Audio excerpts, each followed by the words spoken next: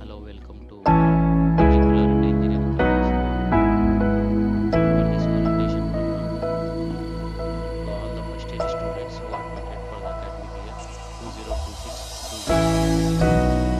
I request all the first year students and parents to stay back here in the auditorium. We will start the orientation program within couple of minutes. Thank you.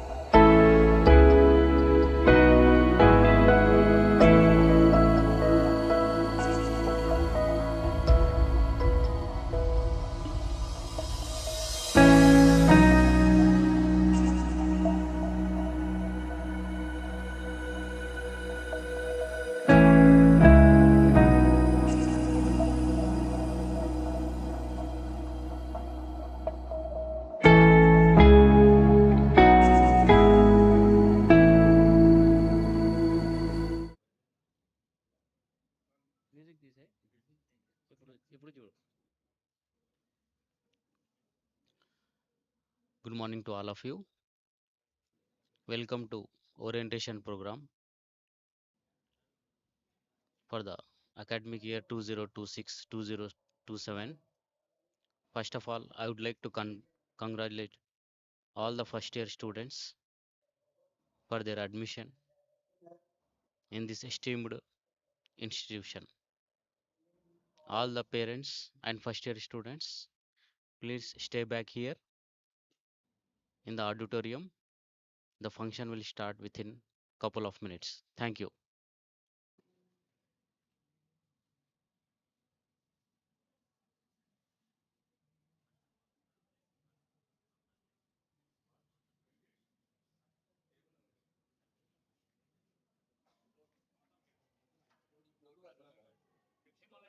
Rasinu.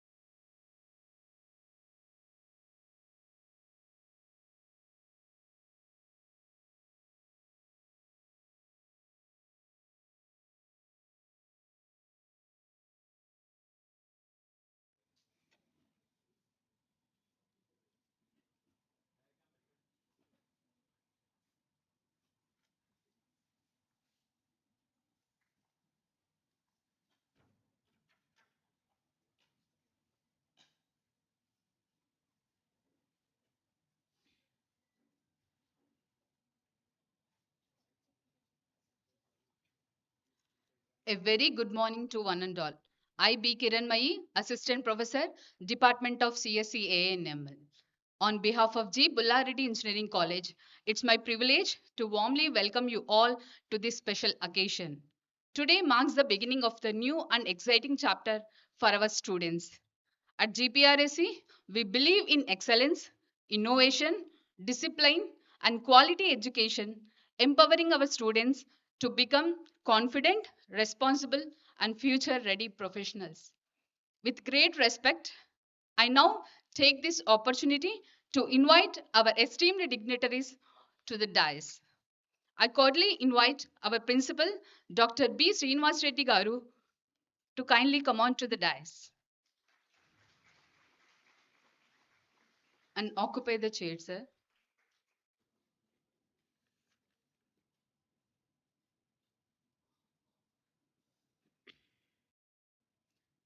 Thank you, sir. I'm honored to invite our chairman, Sri P. Subbareddy Garu, to kindly come on to the dais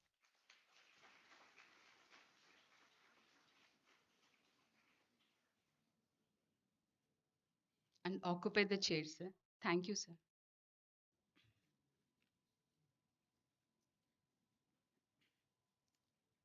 I respectfully invite our trustee, Sri G. Ekambareddy Garu, to kindly come on to the dais and occupy the chair, sir.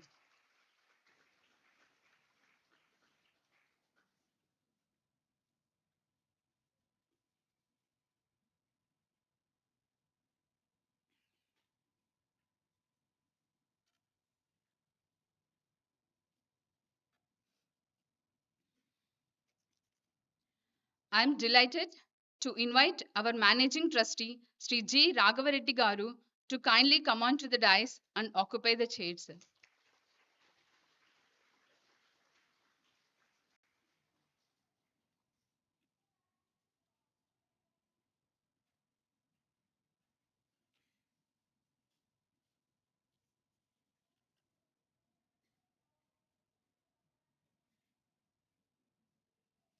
Thank you, sir. It's my privilege to invite today's guest of honor, Sri B. Srinivasagupta Prabhu Garu, Senior Software Engineer, High Spot, to kindly come on to the dais and occupy the chair, sir.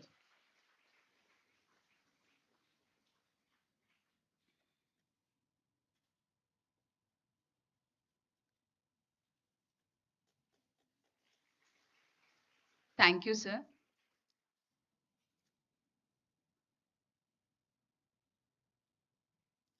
It's my great honor to invite our chief guest, Sri Tulshekar Gangareddy Garu, Global Head of Data Strategy and AI Leader and Executive Director, JP Morgan Chase & Co., Bengaluru, to kindly come on to the dais and occupy the chair, sir.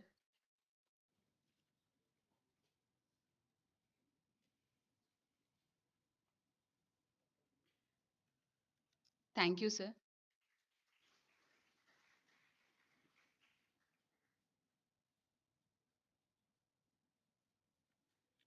Now, I request all the dignitaries on the audience to stand for Vande Mataram.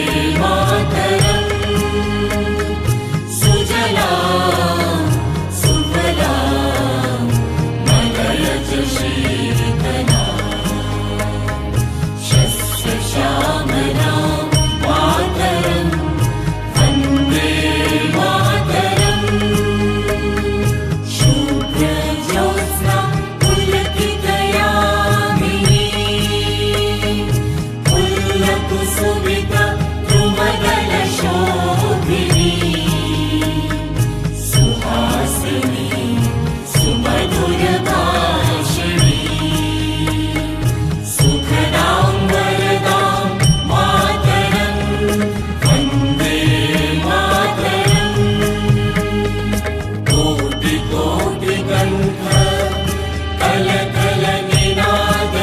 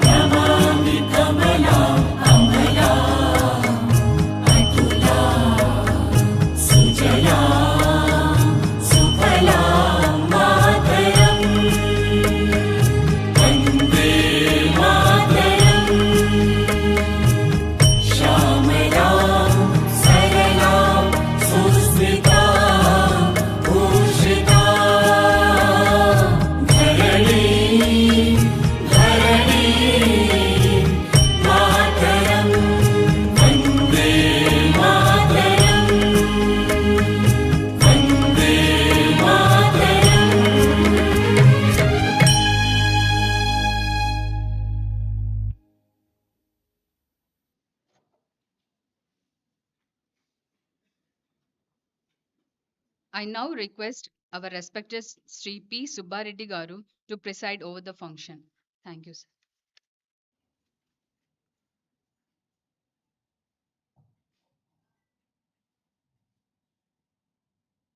Morning to everyone. I welcome you all the students and their parents and other dignitaries, staff and faculty members for today's orientation program of first B.Tech students. Now we shall start the program with lighting of the lamp by the dignitaries.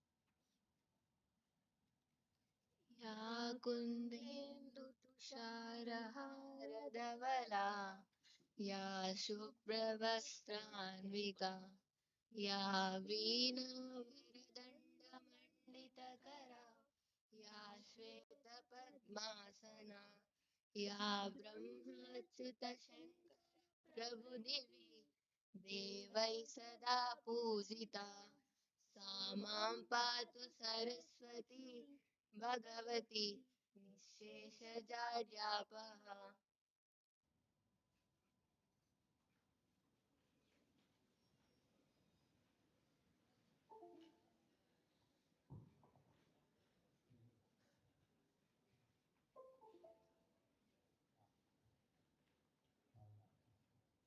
Address by Principal B. Srinivas Reddy.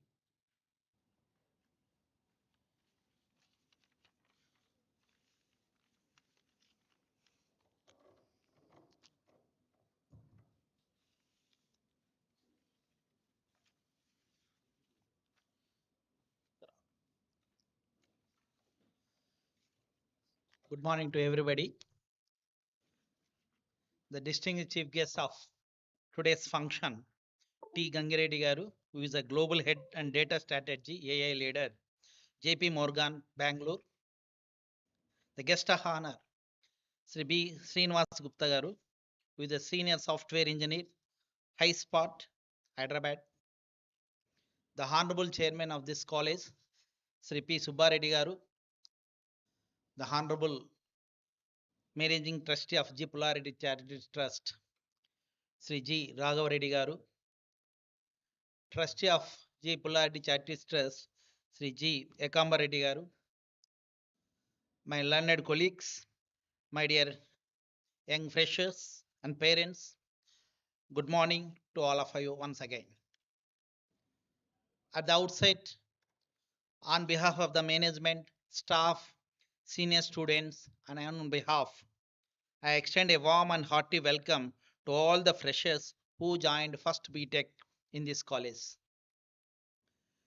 You all must be aware that this college owes its existence to the founder, chairman, late C. G. Pullareddy Garu, a renowned philanthropist and great humanist.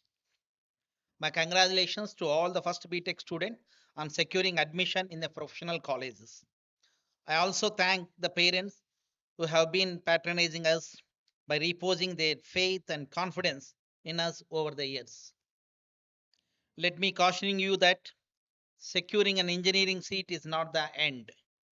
The real struggle starts only from now. Gone are the days when the student passed out from engineering college is assured of a job.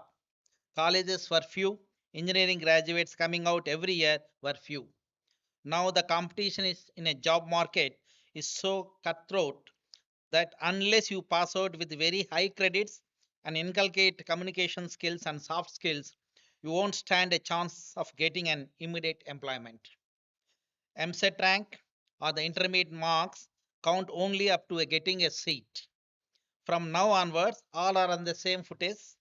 Only those who take up the studies seriously and who are prepared to sacrifice certain comforts and pleasures and put in hard work will flourish. Others will perish academically. In our experience as a teacher, we have been seeing many candidates looking very promising with good rank in MSET and good performance in intermediate, but passed out engineering graduate with moderate marks due to their sheer negligence. We are also seeing other students who are not very promising to start with, but who have improved by leaps and bounds during the stay of 4 years in a college and passed out the engineering course with very impressive credits. So, extraordinary brilliance and high IQ are not required to pass the B.Tech degree. It is the sincerity, hard work, and regularity which count more in making a successful engineering graduate and successful engineer.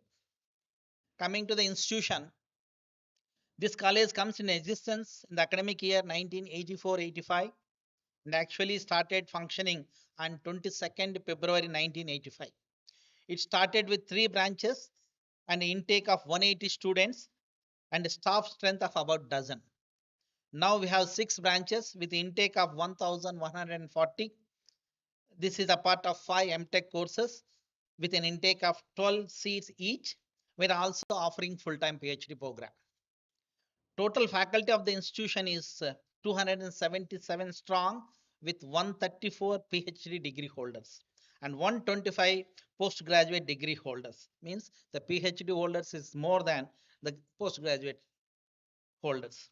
And apart from that, we have 8 professor of practice members and there are 18 teaching assistant, including the professor of practice. I'm glad to inform you that 30% of our faculty are from IITs and NITs. Coming to the cadre wise, professors are 38, associate professors are 56, and the remaining members are assistant professors. We have a full-time training and placement officer and full-time physical director. Out of four, one is a woman physical director. And the institution is affiliated to JNTUA Anantapur, and all of you taking the admission now in the first B.Tech will receive the degree from JNTU Ananthapuram. The results of all the 38 batches passed out so far have been very good by any standards, and the credit of for this achievement goes to the teamwork of dedicated and devoted staff, both teaching and non-teaching of the college. The pass percentage of the students in various departments is between 80 to 90, and also 50% of students passed out with distinction. The college has obtained an autonomous status from the UGC in the academic year 2006 and 7. The first college we got autonomous in this region. And I'm also glad you all eligible branches, civil, mechanical, electrical, electronics, and computer science engineering have been accredited by National Board of Accreditation of AICT 5 times. New, and also accredited by NAC, National Assessment and Accreditation Council of UGC 4 times.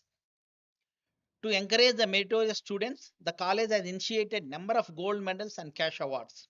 Some of our alumni have instituted gold medals and cash award to the meritorious students. So these awards will also available on our website, and I request the student to go through this. We are proud to announce that our college has been recognized as a research center by JNTUA Anantapur for offering a PhD program in various disciplines. The recognition further strengthens the GPRIC position as a premier institution for higher education, research, and innovation in the region. We are proud to announce that our college has entered into MOU with University of North Texas, UNT, that is. This collaboration marks a significant milestone in our pursuit of academic excellence, global exposure, and research driven learning. We are also delighted to announce that an MOU has been signed between UAE Research Lab of GPREC and Drone Studio of IIIT Kurnool. Thus, this collaboration is aimed at fostering a skill development program, joint research and development activities, and research sharing in the rapid growth field of unmanned aerial vehicles. UAE means unmanned aerial vehicles and drone technologies. The college entered MOU with GPREC and AP Drones Corporation, Government of Andhra Pradesh, on 18th of August 2026 in the presence of C. K. Ram Mohan Naidu Garu, the Honorable Minister of Civil Aviation, Government of India. Under this MOU, GPREC shall function as a research and training center to APDC and may provide academic and student support in conducting various training programs on drone technology. I'm happy to share that our college is also strongly committed to provide a comprehensive training to all the eligible students in various cutting edge technologies with an objective of preparing them for recruitment and reputed multinational companies. Though dedicated training program and placement support, we are proud to report that over the past 3 years, about 70 to 80% of our eligible students have been successfully placed in renowned MNCs, securing a promising career opportunities. This achievement reflects our continuous efforts in bridging a gap between the academics and industrial requirements, and we will keep strive to ensure even greater success in coming years. The detailed report regarding the training and placement will be shared by my colleague, the Dean of Placement, Dr. Govardhan Reddy.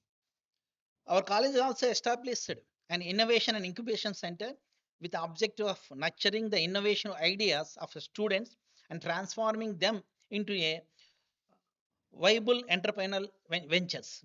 Students with innovative ideas are invited to make use of this facility to shape their dreams into successful entrepreneurial journeys. We are proud to share that our college is setting up Idea Lab, that is idea development, evaluation and application under the AICT initiative. This lab will promote the application of STEM fundamentals through hands-on learning, product visualization and learning by doing. With all these facilities under one roof to convert the ideas into prototypes, it will encourage the student and faculty to engage into creative work while developing skills in creative thinking, problem solving, and collaboration. The college has set up a tinkering lab also as a mandatory course, fostering innovation, creativity, design thinking, and problem solving through hands on prototyping and interdisciplinary teamwork. Coming to the specific timings and regulations, the classwork has already started and it will be from 8 to 2:50 p.m. with a lunch break of 12 noon to 1 p.m. We have staggered timing to ease out the pressure on the transport and the canteen. The college operates buses with the timing synchronized with our class schedules. Those who wish to avail themselves for the college bus facility must purchase annual bus pass in advance from the head of the Department of Mechanical Engineering. Under the new scheme 26, which are going to implement from this academic year, every subject is AI integrated. AI based tools will be incorporated into a teaching, learning, assessment, laboratory work, project assessments, and other academic activities wherever relevant. Our aim is to develop our AI skills, critical thinking, creativity, problem solving abilities, and industry readiness while promoting the ethical and responsible use of AI. I will give the detailed presentation on Scheme 26 and its structure, course requirement, and AI integration across all the chapters in the coming week. Of course, you are the first batch under Scheme 2026, which is AI integrated courses. Okay, so I will give the detailed presentation in the next week to all the first year students.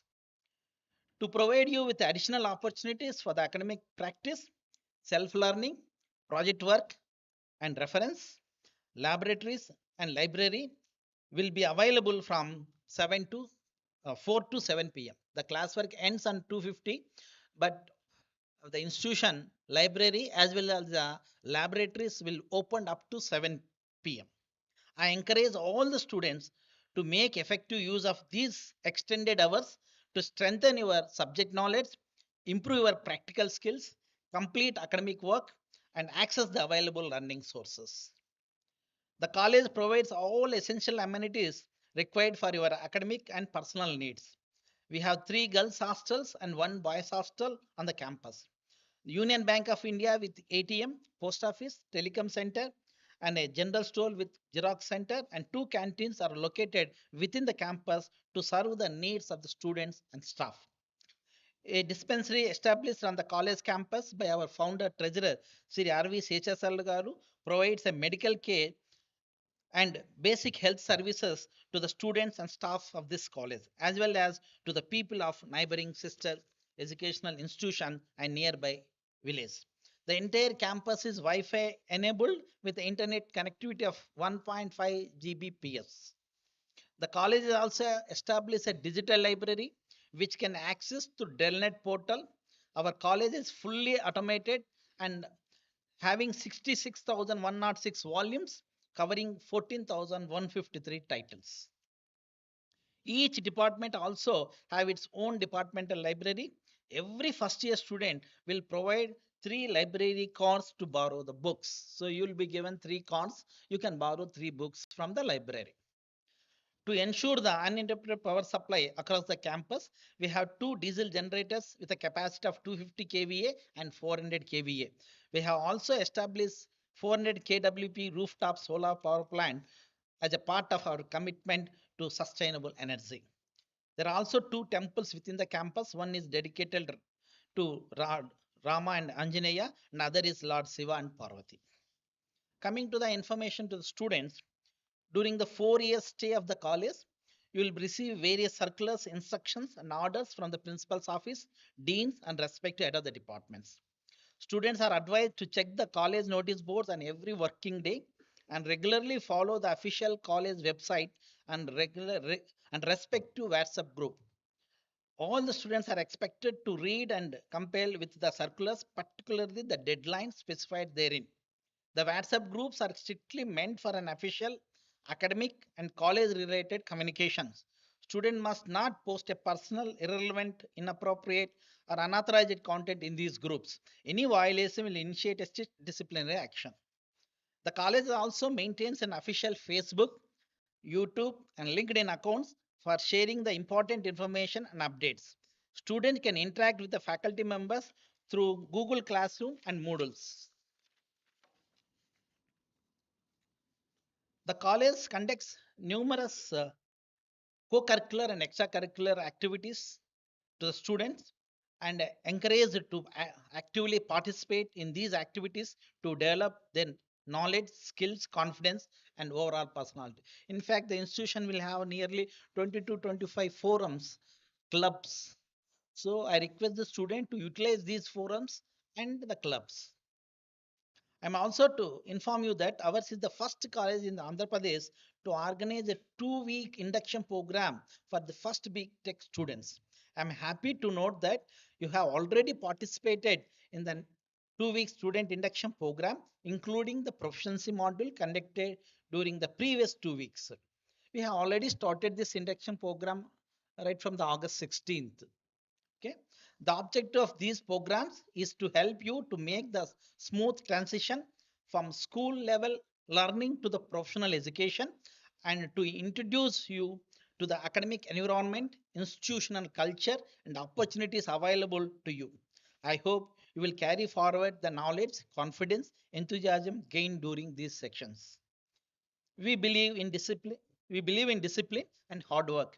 Discipline is an absolute necessity in anybody's lives. You may feel it is difficult to be disciplined. Actually, it is easy to be disciplined. Only thing is you must have a will. Perhaps you have a chance or you have a change your approach to your studies.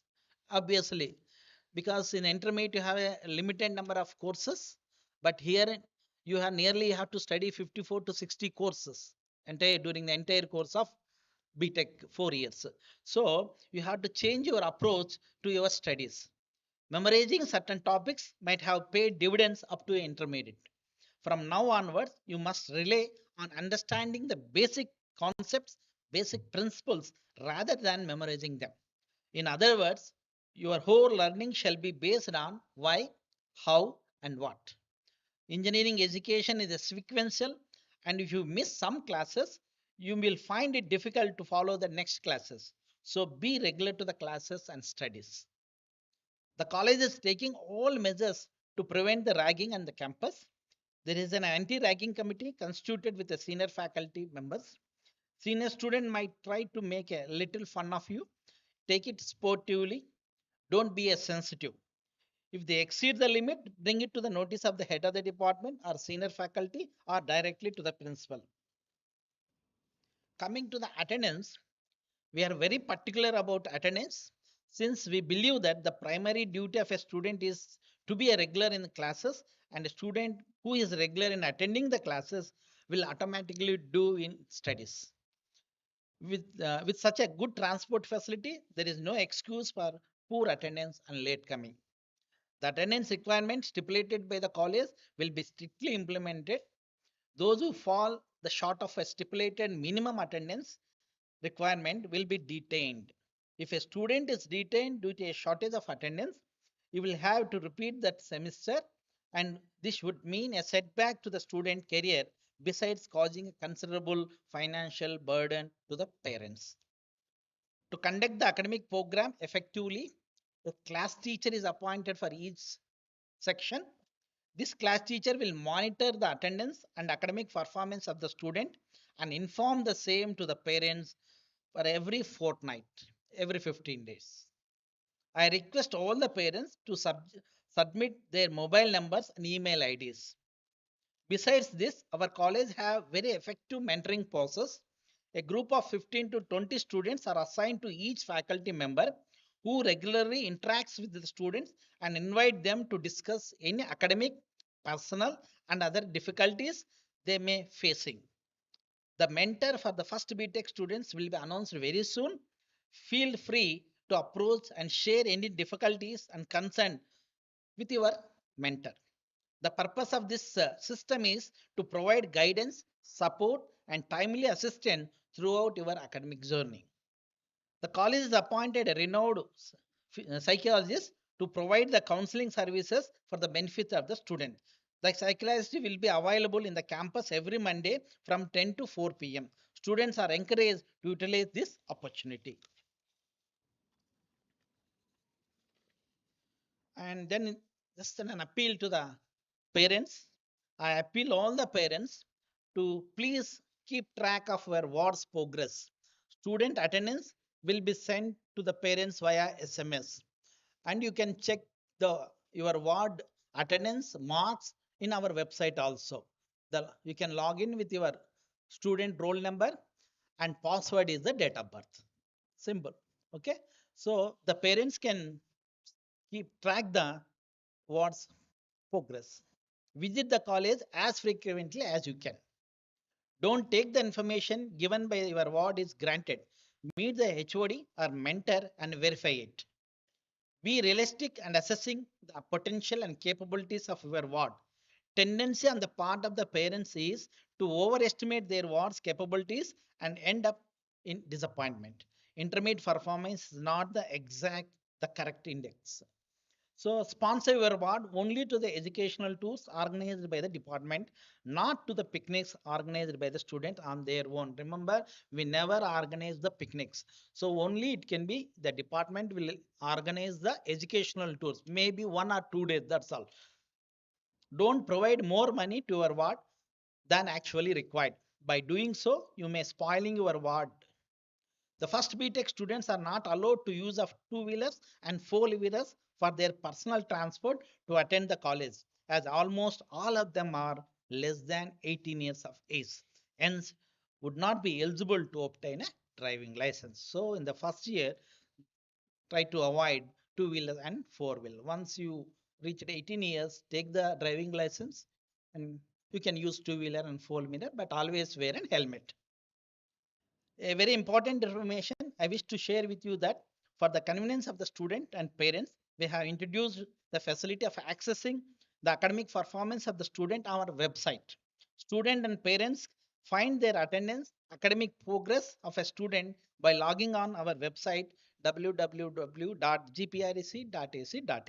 By default, the user ID is the roll number of a student and the password is the date of birth of a student. I request all the parents and the student to make effective use of this facility.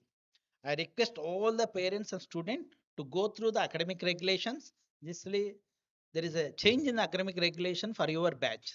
Okay, so we will issue an academic regulations. Also, it is available on our website. Also, I request the parents and the student to go through the academic regulation scheme 2026. Your batch belongs to scheme 2026, and first year syllabus will be shared with shortly, and will also given a registration form. Kindly fill the registration form and submit it. I thank all of you for giving me a patient hearing. Finally, I wish all the freshers a purposeful, fruitful, comfortable, enjoyable stay for the next 4 years. So thank you. And before that, I just again very briefly I can give a small presentation.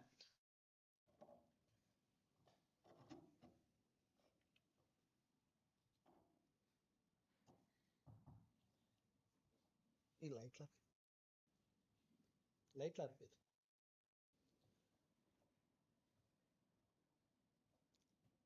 Just a 5 minutes presentation.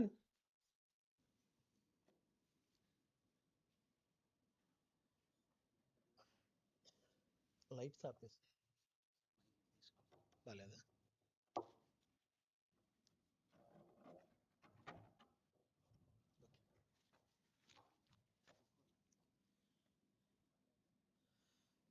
The Honorable Chairman of this college, Sri G.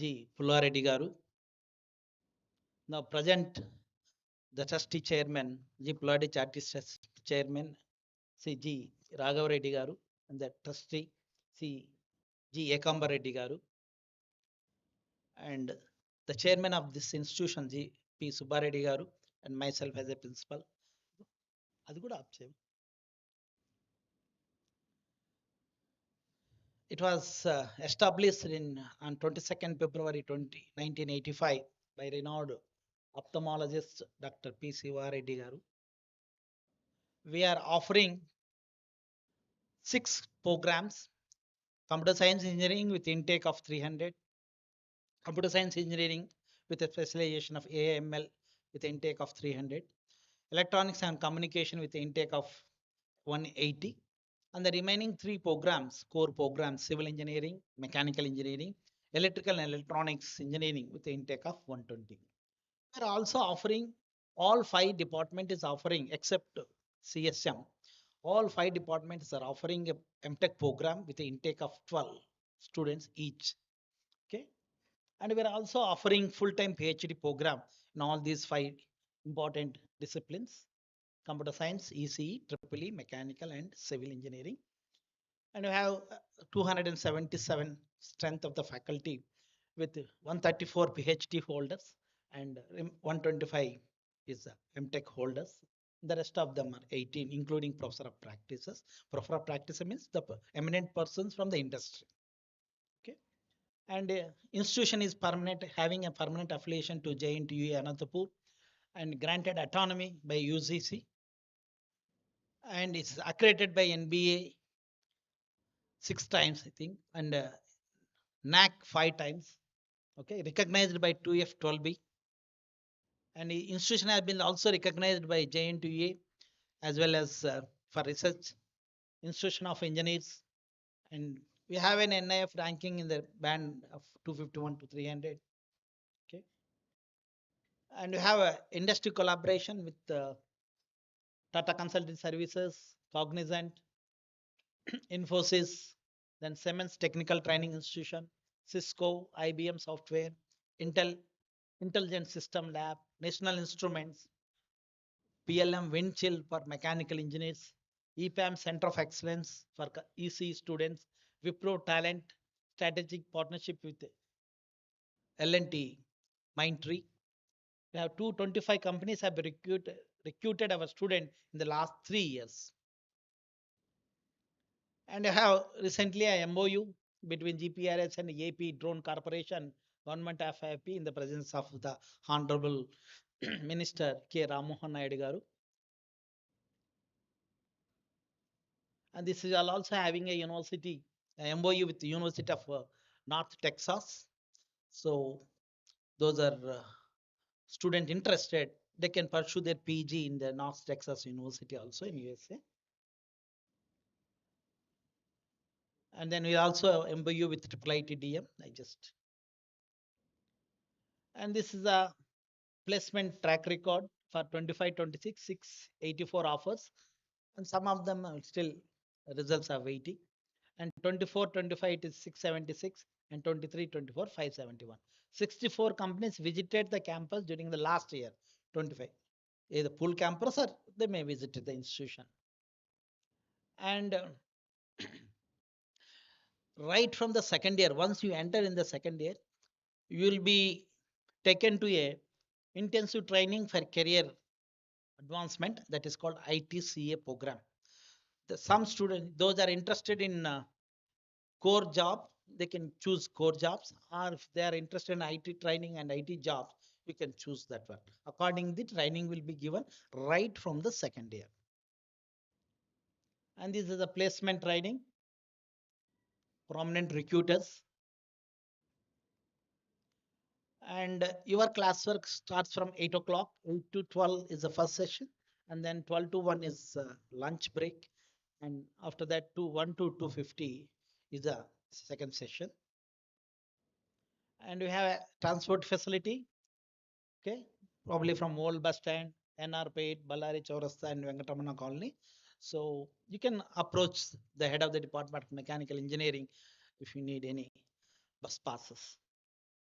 And we have girls hostel, 3 blocks, nearly for 1100 students, and boys hostel for 600 students.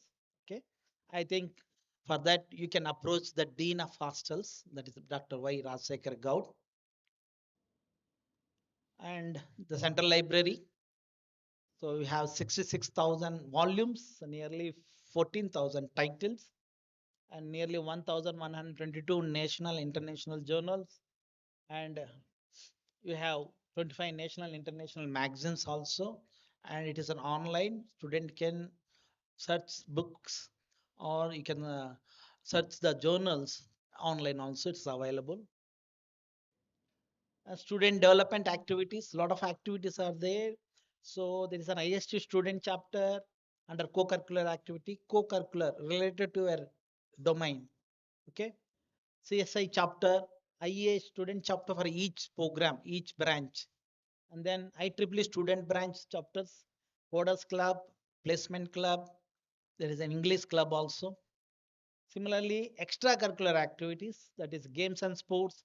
We have service organizations like Vivekananda Study Circle, extension activities, and we will also NSS, and we have a Bhumana Vijayam, Literary and Cultural Activities Forum, and then Center for Awareness and Discussion and English Club is also is available, and we have Yoga and Wellness Center also.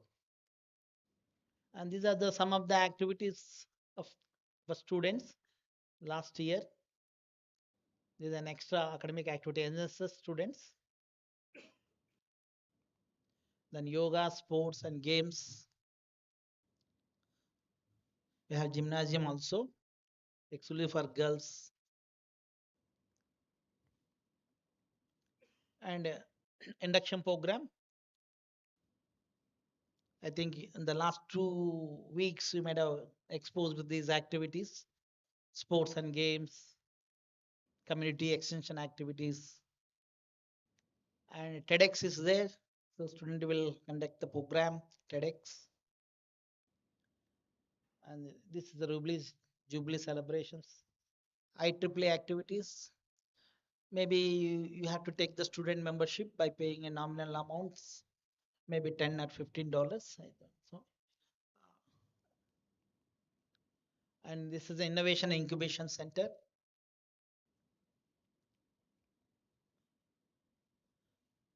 Center will have co-working spaces, conference hall, cafeteria, etc. And this is the where all of students will come under scheme 26. It is an AI integrated learning scheme.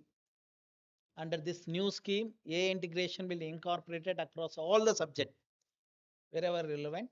AI will support teaching, learning, assessments and laboratory work, project work, and assessments and other academic activities.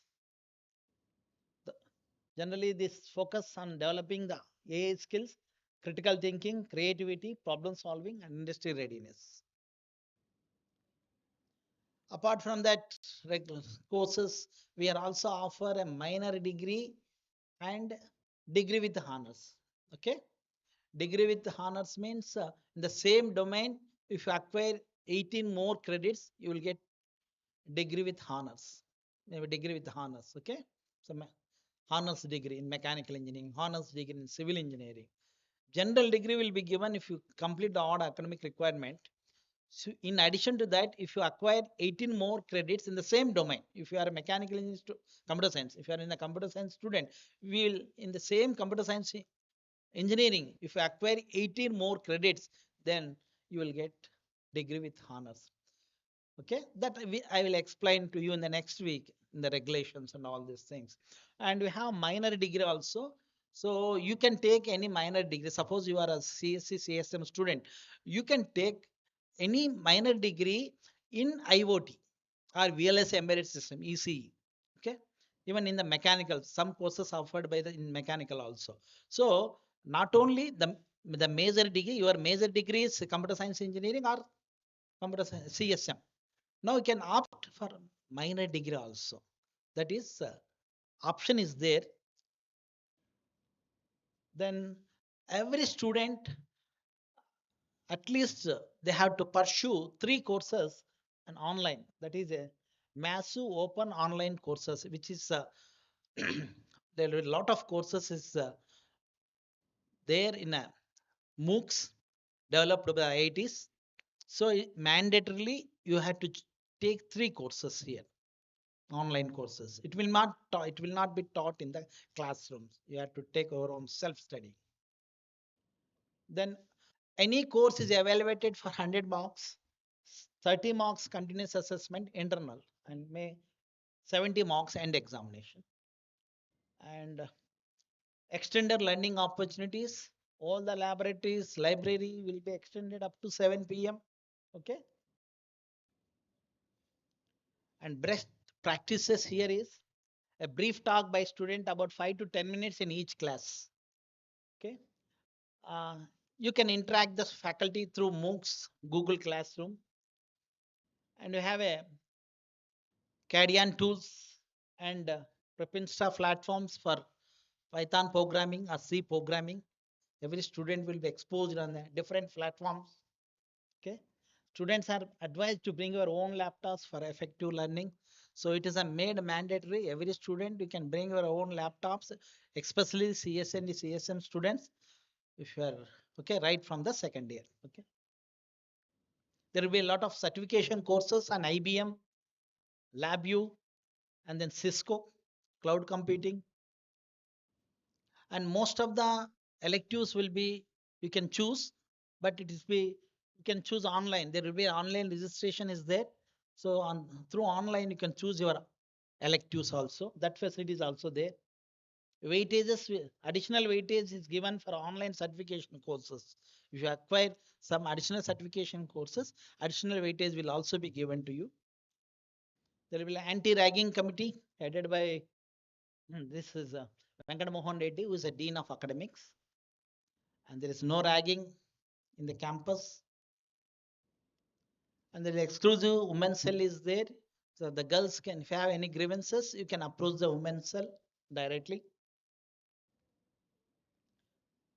And every student means every parent may receive an attendance maybe once in fortnight through SMS.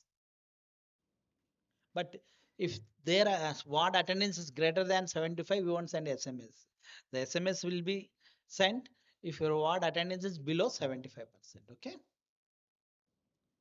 And eligibility for promotion of next semester is attendance. You have to maintain 75% of attendance. Otherwise, if you maintain below 65%, you will be detained for unwanted of attendance. Remember. And there will be credit detention also. So first semester to fourth semester, only attendance you have to maintain. From fourth semester to fifth semester, apart from the attendance, you have to maintain 40% of the credits. Means simply, you want to promote from second year to third year, you have to complete almost all the first year courses. So similarly, from third year to final year, by that time you have to complete all the first and second years subjects. That's it, total number of credits. And then dress code is there, especially for workshops, khaki pant, khaki shirt for boys, and with full shoe. Okay, and for girls it is apron, khaki apron, with shoes, and there will be a mentoring process that I already informed to you. Every 15 to 20 students was assigned a mentor. The mentor will take care of it. And general guidelines, use of smartphones by the students in the classroom and laboratory is strictly prohibited. You can use your phones only in the campus, not in the classrooms and the laboratories and corridors. Wear an identity card when you are in the campus. Teasing girls and committing nuisance on the campus is strictly prohibited. And this is for the parents. Remember, during the first 10 days, every year you have to pay the tuition fees. Okay, maybe in the month of July and August. So during the first 10 days after the commencement of every academic year, you have to pay the fees without fine. After that, there is a fine. And this is the parents. You can log in to our website. Username is your ward number, and password is the date of birth. Okay? And these are the things. I now request uh, details about the two branches which are here now, CS and CSM. Uh, Now Kasi Vishwanath, the head of the computer science engineer, I request Kasi, where are, yeah. And Sridhar, yeah, come here. And CSC department established in 1991. Now we have 41 faculty members. In that, 14 of them are PhD holders. And Kasi Vishwanath is received the best teacher award from JNTU Anantapur. And Timmareddy and Mahanandi Rameswar Reddy as recognized as a Wipro certified faculty. So there are certain achievements are there for students. Bharat Reddy achieved All India GATE rank of 48 in the year 2026. Sai Sudha placed in Flipkart with an offer of 32.57 lakhs per annum. And he also got an Amazon company with a package of 48.76 lakhs per annum. Tanvi got a placement in Wayfair company with a package of 25 lakhs. And similarly, Himaja got an internship in Amazon with a monthly stipend of 1,10,000. So some of the achievements of this CSC department. Thank you, Kasi. Now CSM, that is called a CSC with a special AML. Head of the department is Dr. Praveen Shyam. Yeah, and Dr. Ram Mohan is an associate HOD. This department is established in 2022. Now, the present you have 45 faculty members. Out of that, 14 of them are PhD holders. Praveen Sham has also got the Best Teacher Award in the JNTUA. Okay, and here also Vishnuvardhan Reddy Srikanth is a recognized Wipro and Infosys certified faculty. And in fact, the Vishnuvardhan Reddy received an appreciation certificate from the Minister of Tribal Affairs for being a part of AI powered Atlas and WebGI DSS. That is an achievement.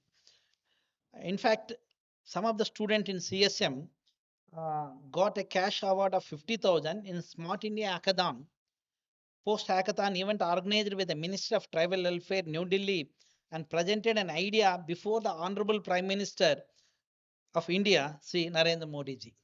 So some of the students they presented before the Honorable Prime Minister, and some students secured a second prize and Infosys Pulse Tech Jock Hackathon 2025 held at Infosys Mahendra City.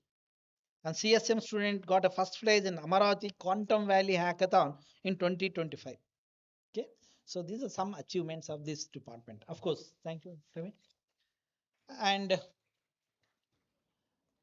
Sastri, irrespective of the branch, all the first year students will be in the under control of humanities and basic sciences department. I request Kashi Vishwanath to come here.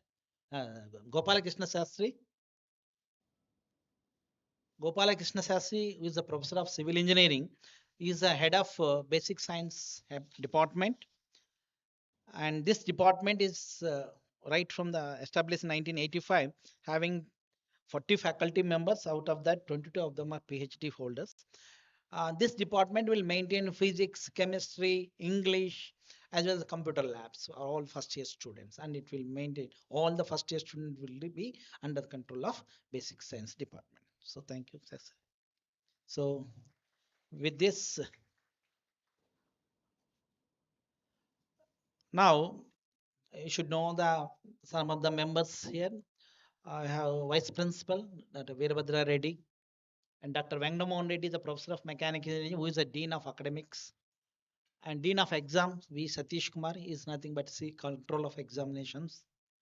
And Dr. T. Brahmanand Reddy is the Dean of Planning, Quality Assurance and Accreditation. And Dr. K. Srigauri is the Dean of Research and Consultancy.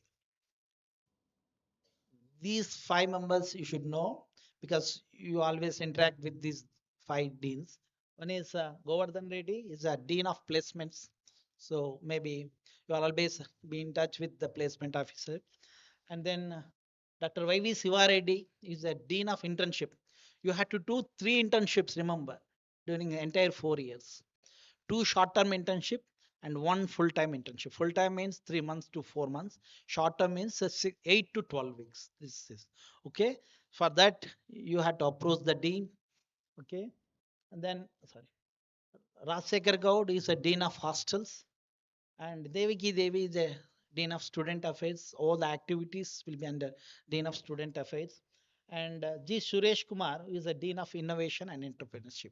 So if you want to that Dean will educate you about the entrepreneurship and all these things. If you have any innovative idea, you can approach the Dean. So he will guide you in all these things. Okay. So thank you. Thank you very much.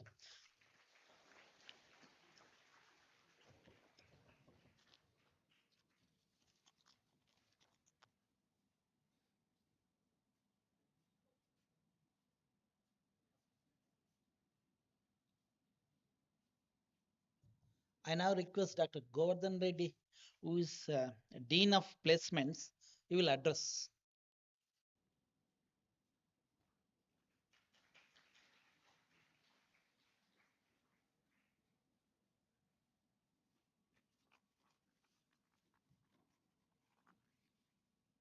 Respected dignitaries on the dais and off the dais, deans, head of the departments, faculty, parents, and my dear students. So, good morning, all.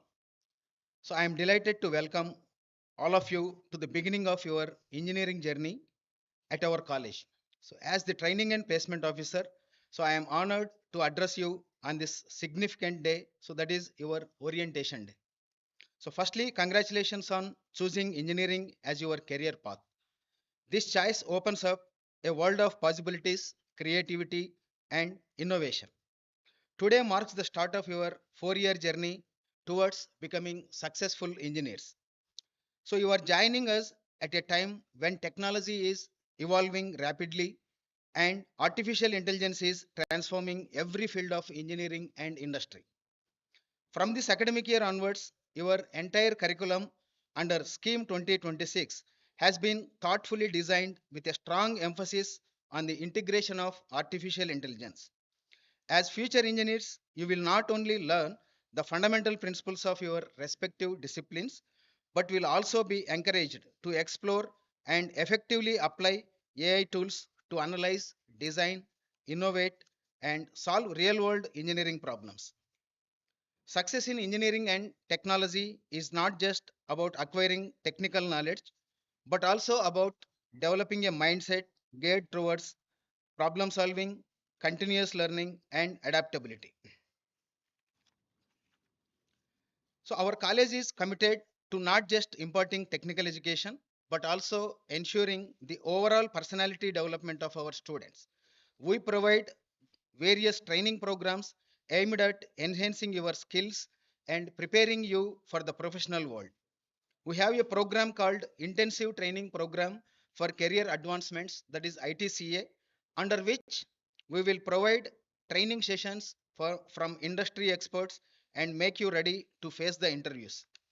At our institution, we also strongly believe that placement preparation should not begin only in third or final years. Therefore, we are providing placement oriented training right from the first semester. Through reputed online learning and training platforms, you will be given opportunities to systematically strengthen your aptitude, programming, problem solving, and technical skills. So, we conduct regular workshops and training sessions on the latest technologies, programming languages, and software tools. So, these are designed to keep you at the cutting edge of technological advancements. Communication, teamwork, leadership, and problem solving skills are crucial in any professional setting. We conduct sessions to improve your interpersonal skills, presentation abilities, and overall confidence. To prepare you for the placement process, we organize mock interviews, group discussions, and aptitude tests. So, these sessions help you understand the expectations of recruiters and how to effectively present yourself. And we facilitate internships with reputed companies, providing you with real world experience and exposure to industry practices. Internships are a valuable addition to your resume and help you understand workplace dynamics. We offer specialized training to improve your coding skills.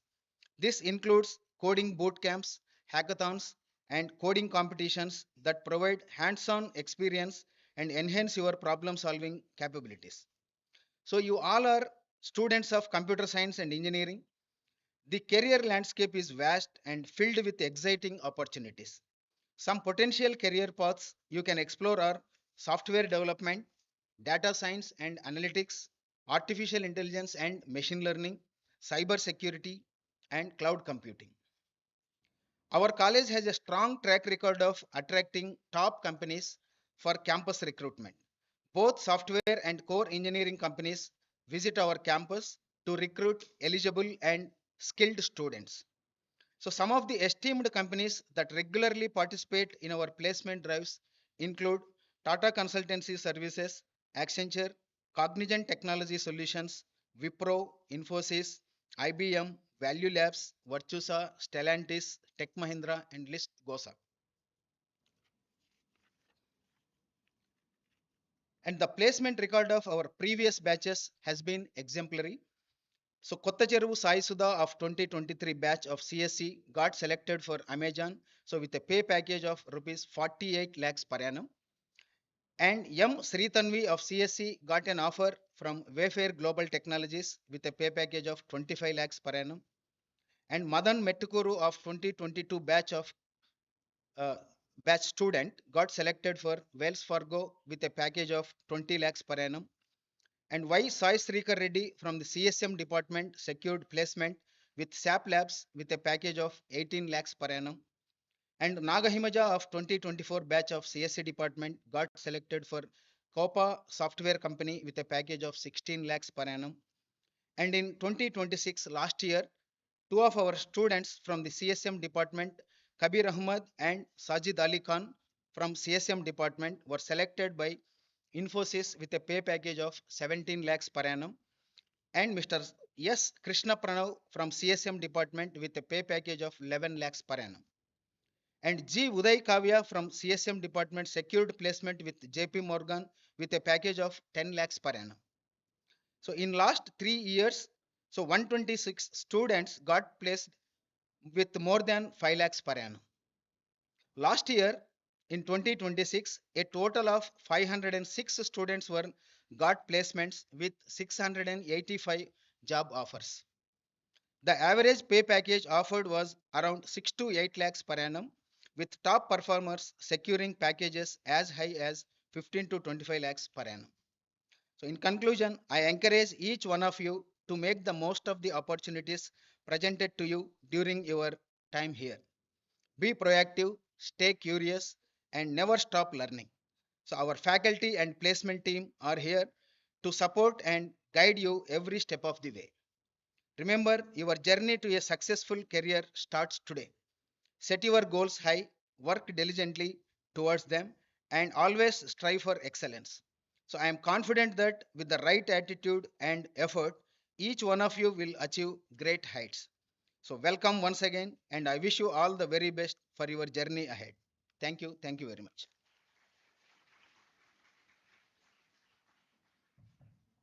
Govardhan. And now request Dr. Y. Chitrarekha, who will introduce the chief guest.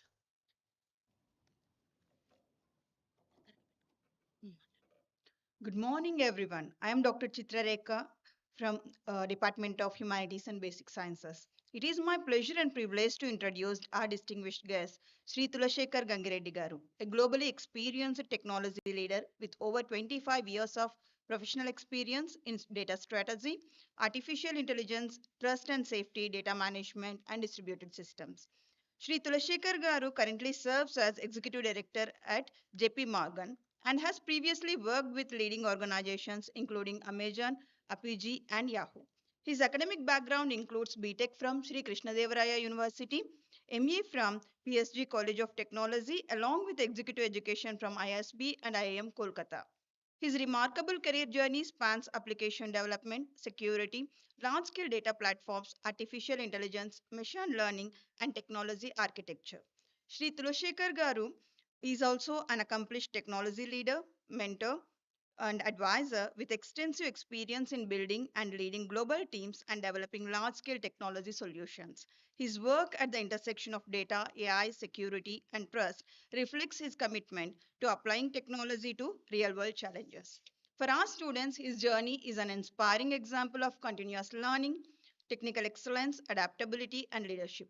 Sir, on behalf of our institution, faculty, students, I extend a very warm welcome to you. We are honored to have you with us today and look forward to learning from your valuable experience. Thank you, sir. The chief guest, Gangireddy Garu, speak a few words on this.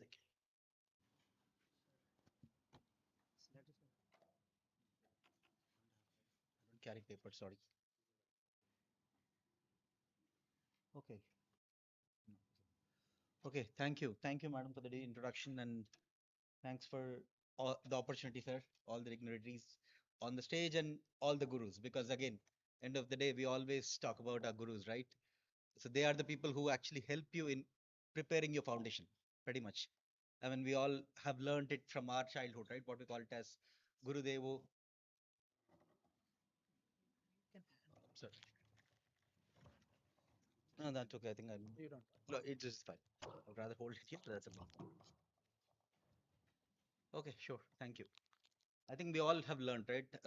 Guru Brahma, Guru Vishnu, Guru Devo Maheshwaraha, Guru Sakshat Parabrahma, Tasmai Shri Guruve Namaha. Something which we have been hearing from the childhood, all across. Pretty much everybody would have heard about this, right? Because they are the people who actually give you that foundation that you need in your life, which is going to help you build on top of it. Because end of the day, foundation is the most important thing when you are constructing any building, for that matter, right? We all know how strong it is, how what it can give you, that the strength required whenever there are wavering conditions, how it will actually help you to stand up and still face the challenges of the world.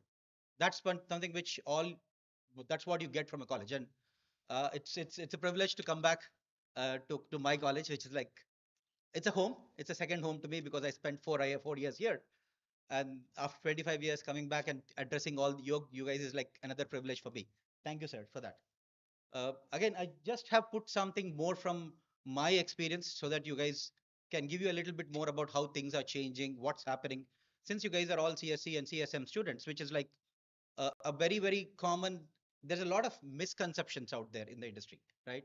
Because I don't know how many of you actually use chat GPTs across the board, right? People think that everything can be done with a prompt today, right? Pretty much. And it is true. It's not that it is not true, but what exactly happens behind the scenes. I just wanted to give you a view of that and then give you like exactly what's the importance of this foundation to you guys. Okay. So again, as I said, it's pretty much my experience is what I'm talking about. I'm not talking about technology. We can talk about it day through. If you really have anything to talk about technology, I can spend hours and hours and talking about it. But today I'm not really talking about them. I'm just showing about my experience on what actually I have learned in the industry and what I feel is the most important thing that you get from college education.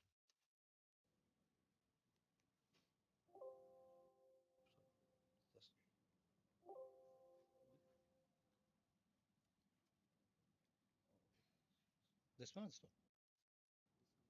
Okay, sure. Thank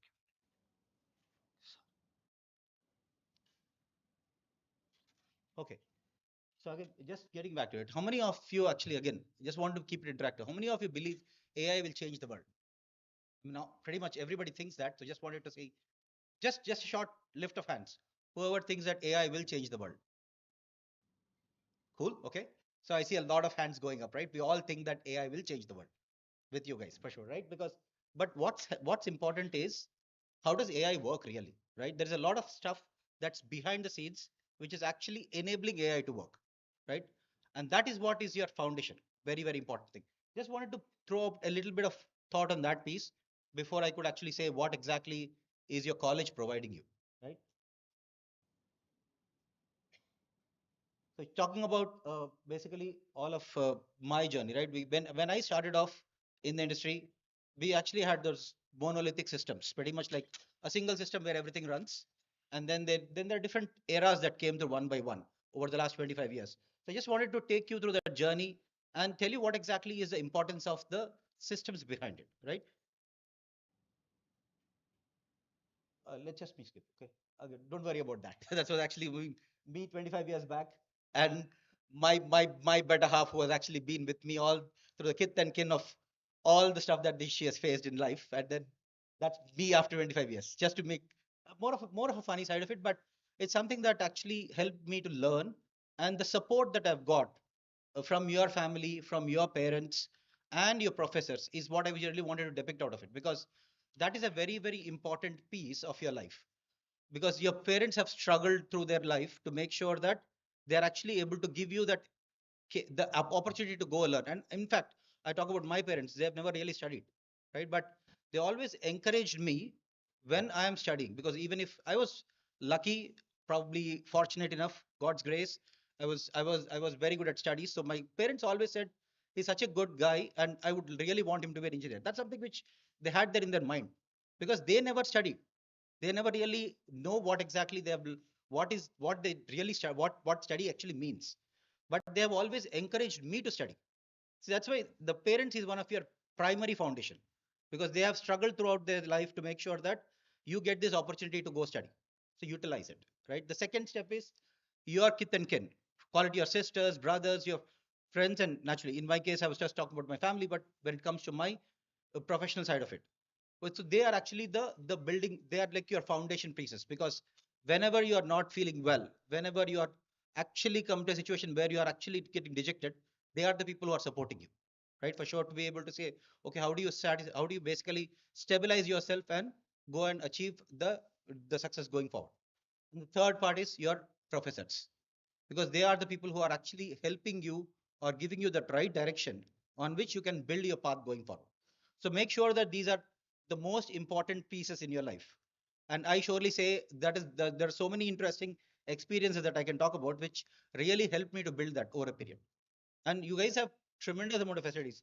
I was hearing when Srinivas Reddy Garu was actually talking about all the facilities and all the avenues, all the support that you guys are getting, we never really had those things. And I was like really at a very naive level, I said I was feeling envy of you guys because I never had any of those stuff, but you guys have a lot of stuff now. So you should really take advantage of it, utilize it, and make merry out of it, and really bring success to yourself, right? That's for sure. Just a little bit more. I'll just skip through very fast. I don't want to really bore you with a lot of technology. I can talk about that hours together if you want after off the session anytime. That's my world. So I would love to be there, right? So this is actually the four different generations is what I would actually put it as of the last 25 years of my life. The first, when I started off in the industry, it was more of monolithic system, single system which used to run everything. And then the second one was basically the distributed systems of microservices.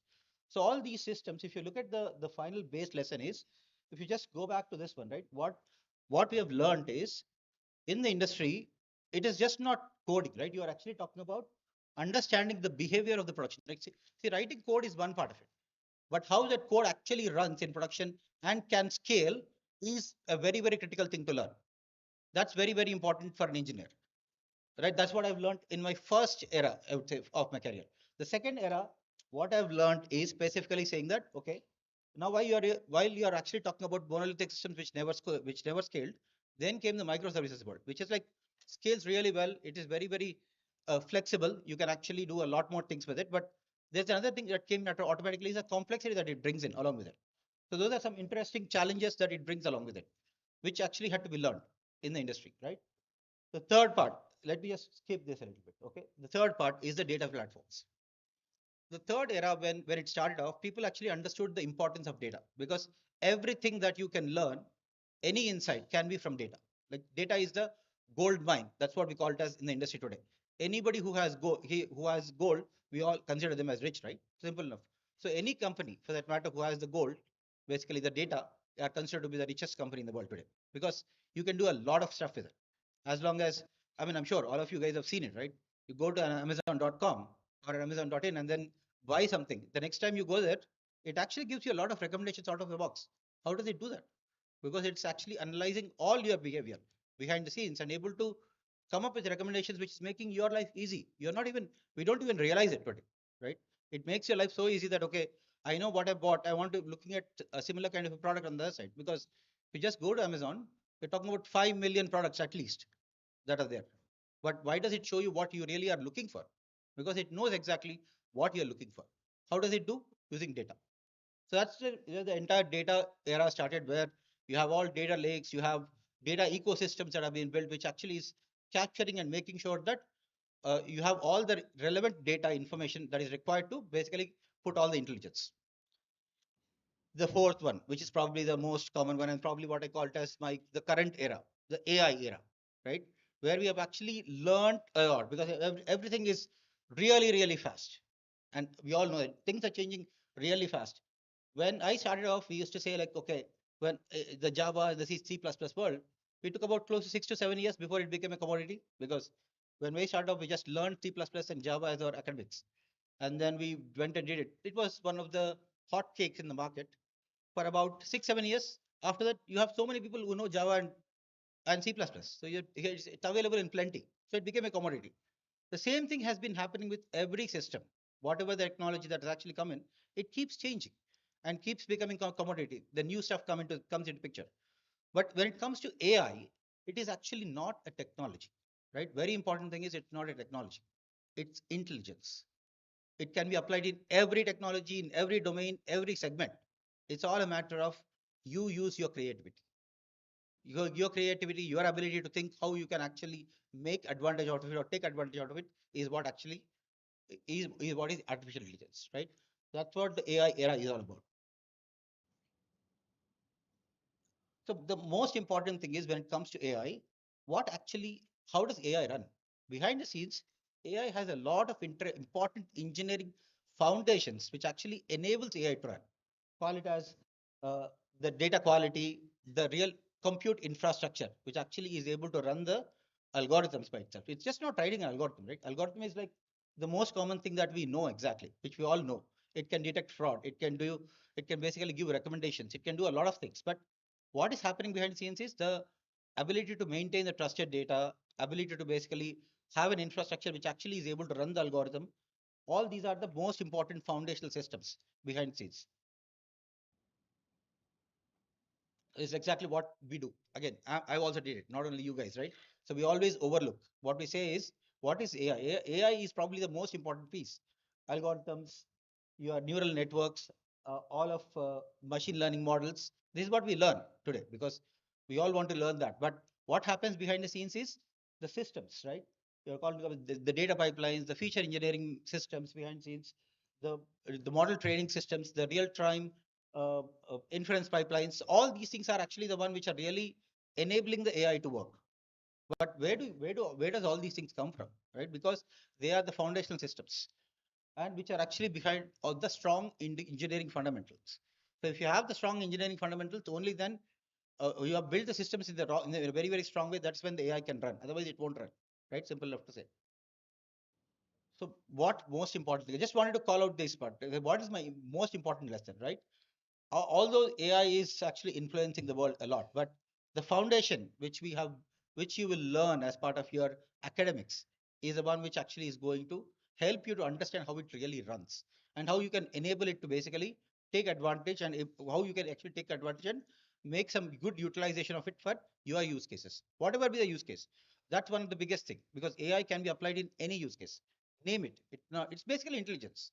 It is nothing. It's mathematics. It's computation. It's intelligence. That's all. It is not a technology which will go away in some time. Just as I said, because when I've actually learned some of these technologies, they actually fade away in some time. It became a commodity. But AI is not going to be because it is not a technology. Very important, right? That's the reason we all I saw so many hands raising up. Like, AI will change the world. Yes, it will. Sorry.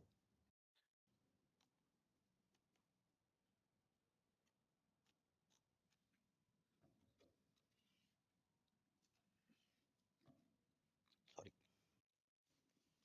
So what's important basically is just a final advice to all of you guys, because what you should be is you should become a system builder. Don't worry about the prompts. I'm sure all of you write a lot of prompts, and even if I do, not that I don't do it, because it is actually helping you to think, move, do things faster.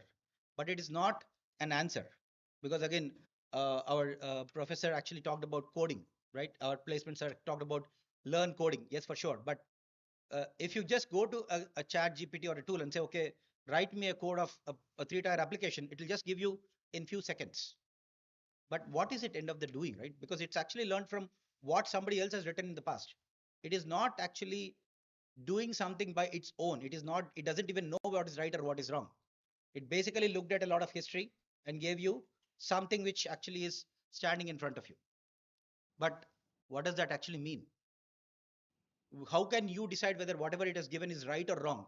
Is basically your ability to judge, which is very very important. And that's why if you look at any industry today, we all talk about what we call it as a human in the loop model, which actually what it means is whatever the system does, end of the day, somebody who's a human has to validate and say that is right, because it can be wrong.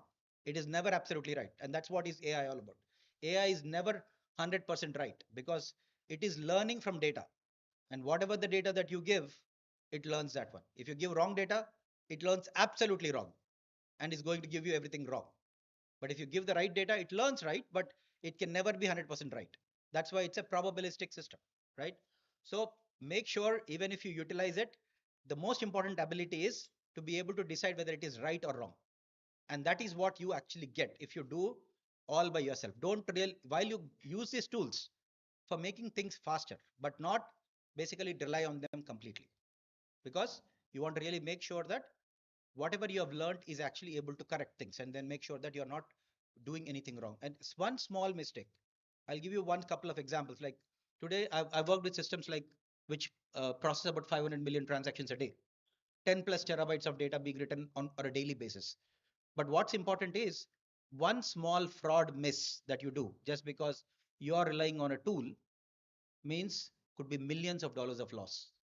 So you cannot really allow that. And that's the reason all financial institutions or any big institutions, they all actually have the human in the loop model. They always have a human to validate before you actually allow it to go do an action on it. So that's very, very important. And what for you to be able to make the decision, what do you need is a strong engineering fundamentals. That is exactly what your college education is going to give you. So use that very sincerely. The best part I would say is, again, I would surely want to stop here because your journey actually starts here, right? That's what it is. So you learn those things very sincerely. Utilize all the facilities and all the avenues, all the capabilities available for you. I mean, in fact, I should surely appreciate your professors because I was just listening to some of the stuff that you guys that they are being made available to you guys, which is like tremendous growth and where it is for the last where I have seen to where we are today as a polarity engineering college, right? So utilize all those avenues. I'm surely appreciate some of your professors because they really struggle to make sure that they actually create that industry connection, which is a very interesting, important thing for you to learn what happens out there. The internship programs that sir has talked about, those are actually the very important avenues. The research labs that you guys have, like there's so many avenues that you guys have. It's just a matter of go and learn. But surely one big challenge you guys have compared to what we were, right? When we studied, we didn't have internet also in the college. So it started off, we actually went outside to go browse, get some data, and did some things. But you guys have all the facilities required. That's one of the advantage and the disadvantage of your generation. I mean, people call it all sorts of names, the alphas, the betas, and the gammas, and etc. I don't really what they are actually, but the interesting part of it is you guys have all the capabilities. You have way wide amount of number so capabilities available. So what you guys basically should be is utilize them really well. But the most important part of it is you will get lost very easily. So your professors are here, your teachers are here, your gurus are here. Take guidance from them. The guidance which will help you to basically maneuver all these facilities in the right direction, which will help you towards your success. So thank you.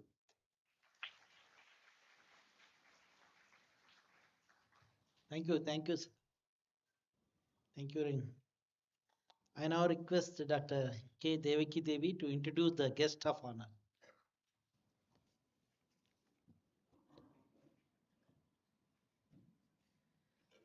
Respected guests, Principal Sir, esteemed members of the management, distinguished deans, heads of the departments, and faculty members, dear parents, and my dear students, a very warm welcome to you all.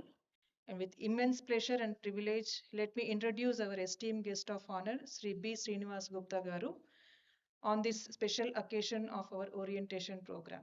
Sri B. Srinivas Gupta Prabhu is a accomplished software engineering professional and a proud alumnus of the prestigious Indian Institute of Technology, Madras, where he pursued his undergraduate degree in computer science and engineering from 2013 to 17.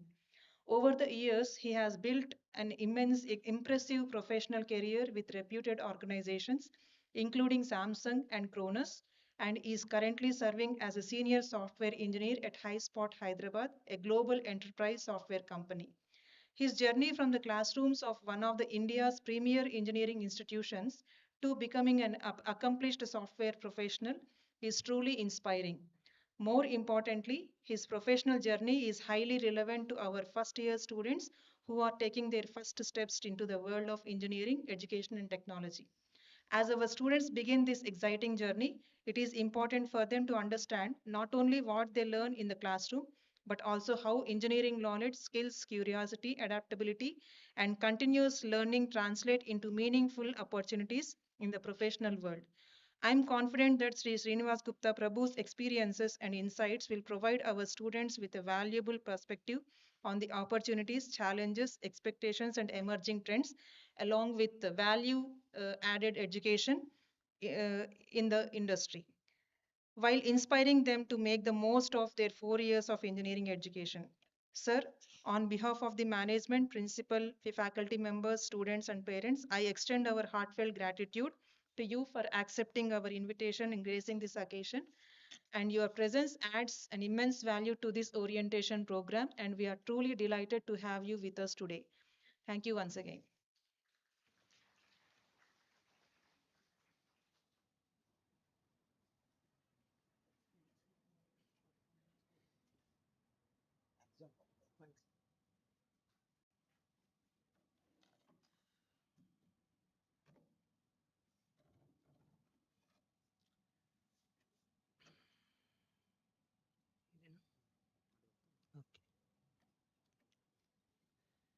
So, good morning, everyone. So, first of all, I'd like to express my gratitude to the college authorities and to all the dignitaries assembled here for giving me this opportunity to interact with all of you today.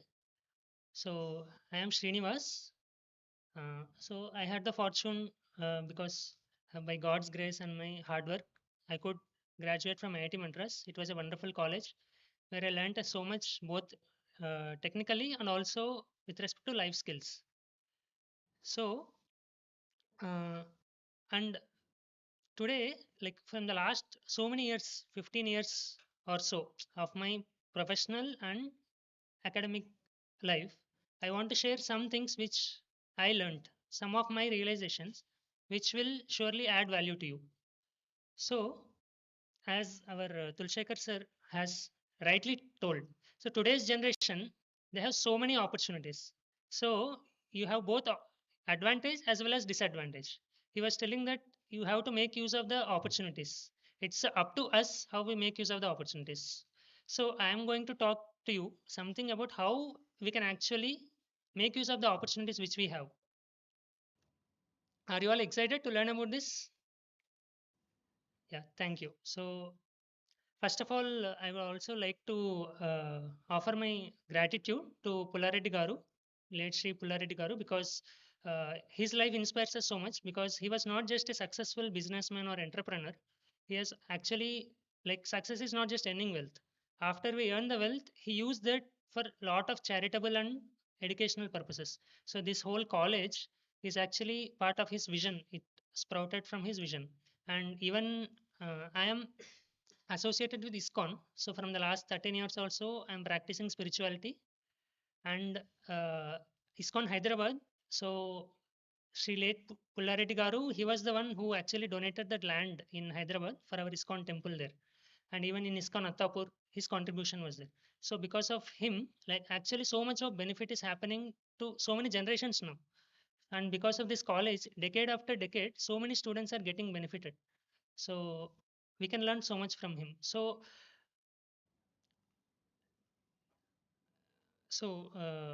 this art of mind control, this is what I'm going to talk to you about. As I was telling, so in my realization, apart from having our technical knowledge, we have to learn some life skills also. Especially this mind control is one such life skill which is very, very critical in today's day and age even more. It's always essential and now it's even more important. So everyone wants to be happy and successful. Am I right? Can everyone raise their hands if you want to be successful? Because I expect that because you are joining, you're taking admission into this engineering college. After 4 years, you want to be successful, right? Yes. All students, thank you. So I can see you all have a lot of potential. I can imagine you all going to become future engineers, future entrepreneurs, future leaders. So many fields. You can all grow. Every one of us have so much potential, but and all the technology and science inventions and advancement, so we have been going through so much technological advancement. So modern society, we have so many innovations and advancements in technology. We have autonomous cars, we have artificial intelligence, as sir has already talked about. AI is transforming every phase of life. What used to take days and weeks earlier, now it can be done practically in minutes or hours. So it's improving productivity so much. And because of AI, there is software industry is also rapidly changing. There are like companies are doing layoffs, etc. And all these are going to add so much mental stress and anxiety to us.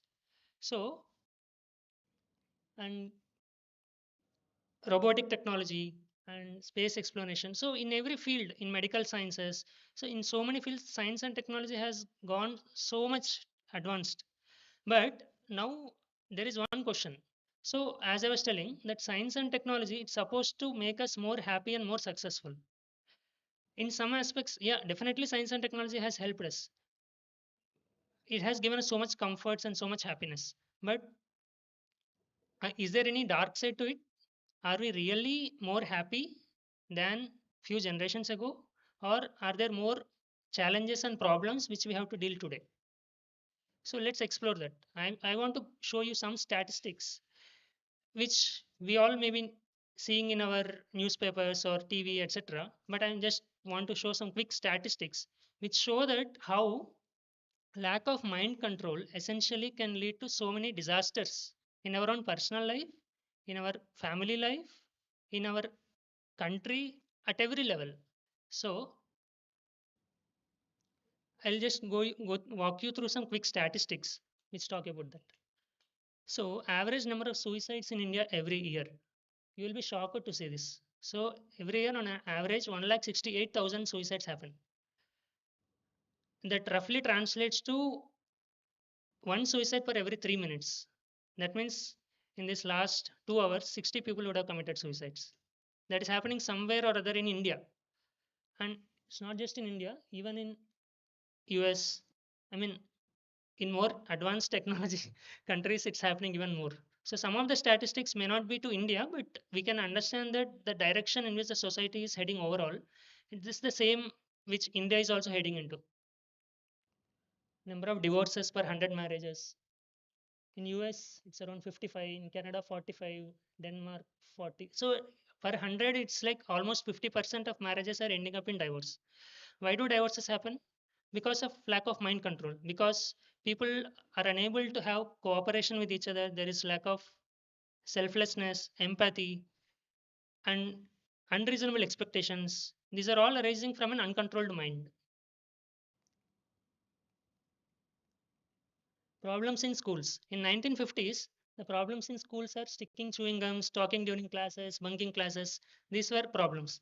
Later on in 1990s, abusive drug addiction, teenage pregnancy, students bringing guns to school. So these were the problems in 1990s in US. And 33% of American adults express that they have serious mental health problems. So as years are progressing, these mental health challenges are increasing more and more. India is not much behind. Number of drug users in Europe, so it's so much high, and even in India, it's not less. Time magazine poll: the main problems facing today's society, what Time magazine says is crime and lack of morality. US prison population is continuously increasing. Gun sales are continuously increasing. Murders are continuously increasing. Rape cases are also increasing. And you will be shocked to see this. Before finishing school, an average child watches 8,000 murders and 1 lakh acts of violence. So much we are exposing our children to violence. And communal violence, public unrest, wars, terrorism, these are always on rise.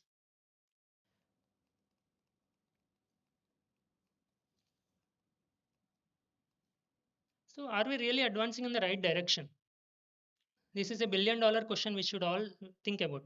I am not saying that we should not advance in science and technology. I am also a technologist who am working on that. But is there something which is lacking which can lead to problems? Along with science and technology, is there something else which we should also learn so that we can be happy, our society can be happy, our family can be happy, generations after generations, we can be more happy and successful? So that's why this topic of mind control is very essential or very relevant today. Why there is so much chaos and confusion in society? It's all because of disturbed minds. How can we expect peace and happiness in a society of people with disturbed minds? So an individual has a disturbed mind. When the individual is disturbed, then the family is disturbed because individuals are part of family. And the families are disturbed, the society is disturbed. And when the society is disturbed, states and countries are disturbed. Are you all with me?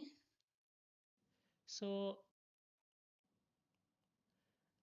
and the solution to all these problems is having a controlled mind. So, first of all, to be successful, like whatever opportunities we are having, to be able to utilize those opportunities and to have a successful career, we need to have mind control.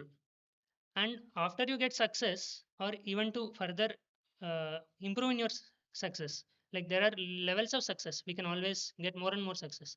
So to achieve success, we need mind control. And once you get success, to be happy, also you need mind control. So just becoming successful doesn't automatically make you happy. So there are many, like as I was telling about suicides, I I was personally shocked when I came to know of one particular student. So when I was working in Delhi in Samsung Research Institute in 2017, so I met one student from Maulana Azad Medical College. His name is Navdeep Singh. In 2017 NEET, he was All India rank 1.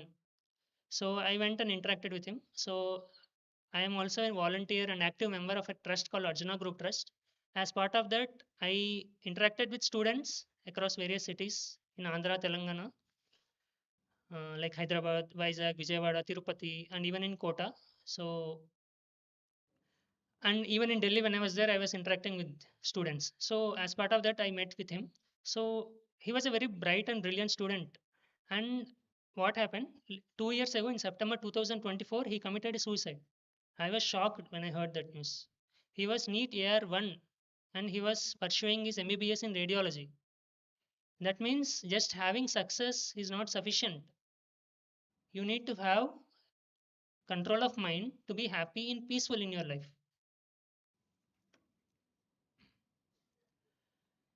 So, how many of you are eager to learn how to control the mind? Can you all please raise your hands if you are with me and you are eager to learn about mind control?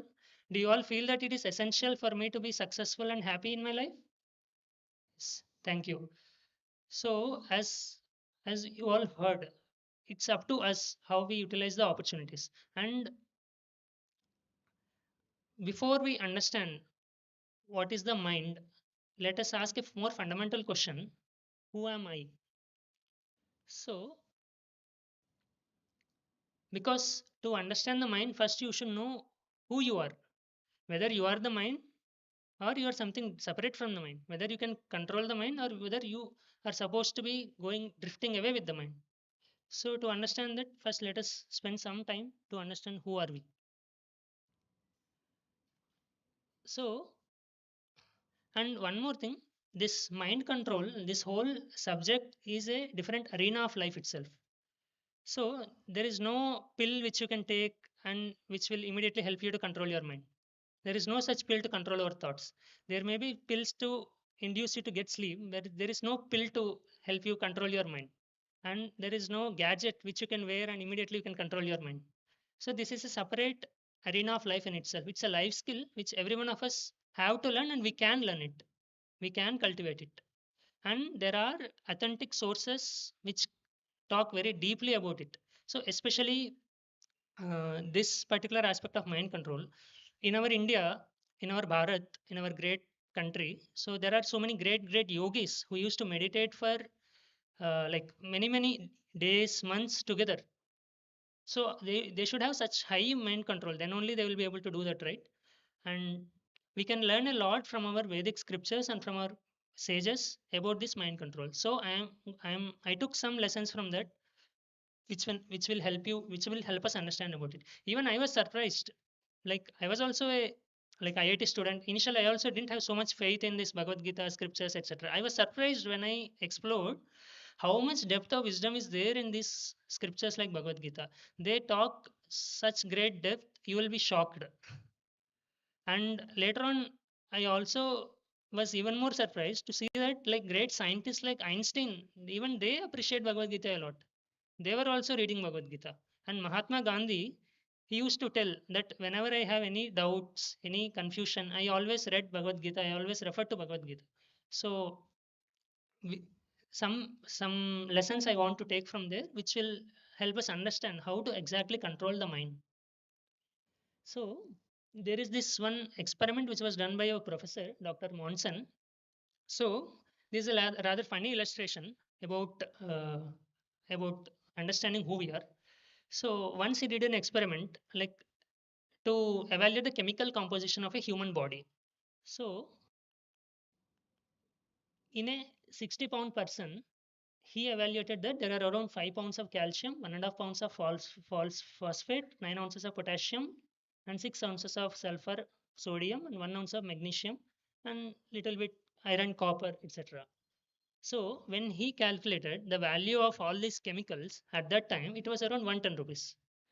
So now, do you feel that our our value is just some 110 rupees. Of course, this experiment was done long time ago.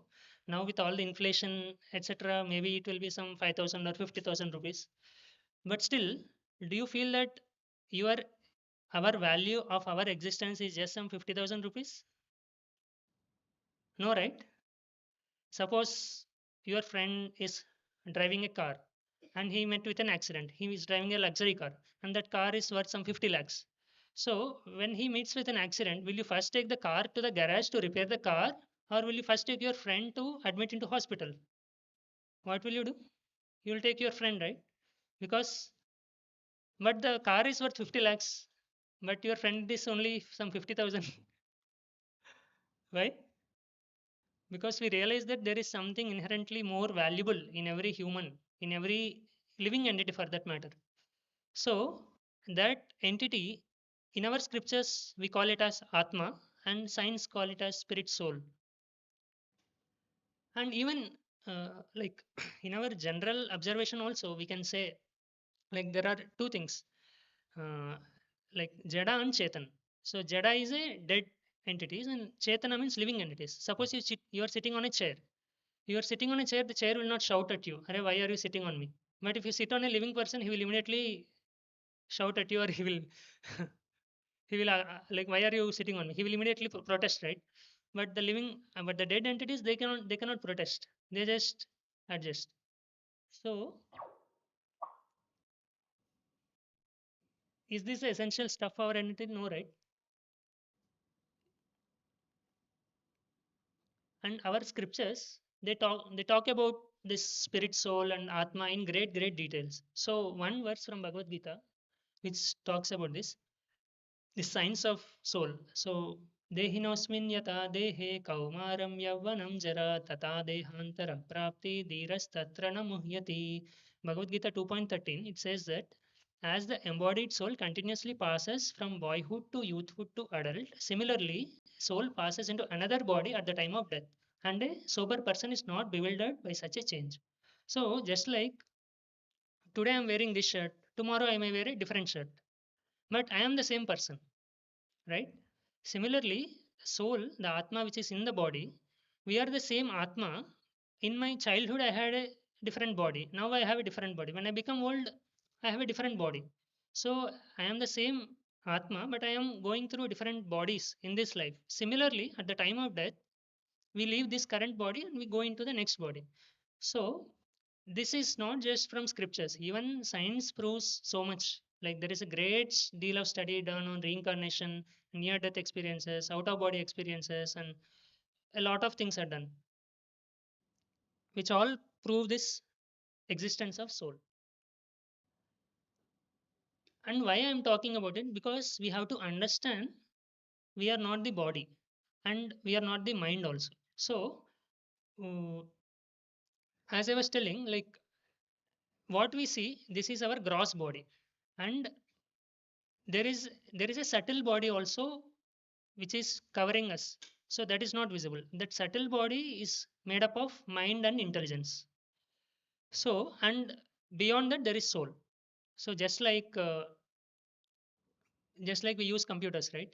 There is a like uh, there is a software which is like, suppose you run a program, there is a software, and that program actually uses the hardware to give the results. Similarly, and there is a user who is operating both software and hardware. Similarly, we the body, we are operating both the body and the mind. So now this whole mechanism, how it works, I'll just briefly explain. So we have these five senses: eyes, nose, tongue, ears, skin. And we are when we see something, when we hear something, when we taste something, when we smell something, we are taking inputs through our senses. Whatever inputs we take through our senses, that all that information is being processed by the mind. So brain is like a hardware, but mind uses the brain basically. So as I told, there is a gross body and there is a subtle body, and beyond that there is atma. Now, why we have to understand this? Like further, there is another example I will tell. Now, basically, there are always two forces within us.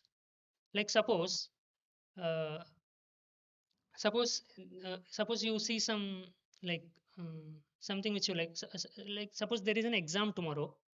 You have a lot of syllabus remaining still to study. Your mind says, you have seen that some new TV series or some new movie or something has come, and your mind may say, okay, this is very interesting, you have to, it's very interesting, it's very nice, you go and watch that movie, you go and watch that reels or whatever. Your mind will say that. There is one push which pushes you to do something which you like. But there is another side, our intelligence, which says, no, this is not good for you, you have exam, you have a lot of syllabus to study, you must study now. Everyone must have noticed this, right? there are two there are two entities within us. One always wants to seek pleasure and comfort, that is mind. Now another part of our entity, which is intelligence, which discriminates whether it is right for you and whether it is wrong. So mind always feels, mind is filled with thoughts, emotions, desires, and intelligence reasons. Now, if let me give you one example which will make this concept more clear. So this is a chariot. Now, suppose there are these five horses and there is a passenger sitting in the chariot. The horses are riding the chariot. Suppose the passenger has to reach the destination. Then what is required? The horses should the horses should ride properly as per the direction of the passenger and the driver. The horses should take us to the destination. But suppose the horses say, suppose one horse says, I want to drink some nice water, and it runs in one direction. Another horse sees some nice grass and it wants to eat, then it runs in one direction. All the five horses are running in different directions. Then will the chariot go to its destination? No, right? Only when the driver is able to control all the five horses and take it, then he will be able to take it to the destination. Similarly, our scriptures in Upanishads, there is this very deep analogy which talks about how our whole this mind intelligence mechanism works. So the five horses are compared to our five senses, which we have seen in the previous slide, the eyes, nose, all these five senses. And the reins which the driver is holding, that is compared to the mind. And the driver is compared to the intelligence. And the soul is compared to the passenger. So now suppose to understand this, let me give one more example. Suppose you see a gulab jamun. Suppose you are walking and you went to some like sweet shop. You are walking by and you saw some sweet shop. There is some nice gulab jamuns, and your I see that you have a previous experience. So gulab jamun is very tasty. So I want to taste it, and your smell, you smell it, you get attracted, and your tongue, it may start salivating because it has a previous experience that it is very tasty and pleasurable. So mind wants to go and have it immediately. But intelligence will intelligence will ask, Array, you want to have it, but do you have money? Did you bring your purse? If it doesn't have money, then how will you go and eat? So intelligence will ask whether you can purchase it or whether you need not, whether you cannot purchase it. Then intelligence will allow, okay, you have money, then you go and purchase it. Otherwise, you can't. You go to home and bring it again. Or suppose somebody may be a diabetic patient. Then intelligence will say, okay, this is not good for your health. Now, if the intelligence is strong, then intelligence will be able to control the mind. But if the intelligence is not strong, then the mind and senses will overthrow you. So if the senses are if the mind if the horses are very strong and the driver is weak, then what will happen? The driver won't be able to drive the chariot. It will go heavy. But if the driver is strong, then only he will be able to control the mind and senses and take it to the destination. So, lack of mind control is essentially weak intelligence. When our intelligence is not strong and it is weak, then we don't have mind control. And this intelligence which I'm talking about, it is not about the mathematical intelligence or technical intelligence. So there are different types of intelligence. Like somebody may be very good at maths, but they may not be good at say music. But some other person, they are very expert in music. So that is, they have musical intelligence. So but these are all about some different skills. different skills, there are different intelligence, like mathematical intelligence or artistic intelligence or musical intelligence, like that. But what I am talking about, it's, we can call it as spiritual intelligence. It's called viveka buddhi. So this intelligence, when we are having strong, then only we'll be able to control the mind and senses. So this intelligence, which will, when it is strong, then we will ask whether it is good, is it good for me or is it bad for me, is it going to be beneficial for me in the long term. So mind is like a small child. So mind always wants pleasure and happiness and comfort. But if we just listen to our mind's whims, then we will not be able to achieve any success. Yes, there is one another important or very nice verse which Bhagavad Gita talks about with respect to this same mind control.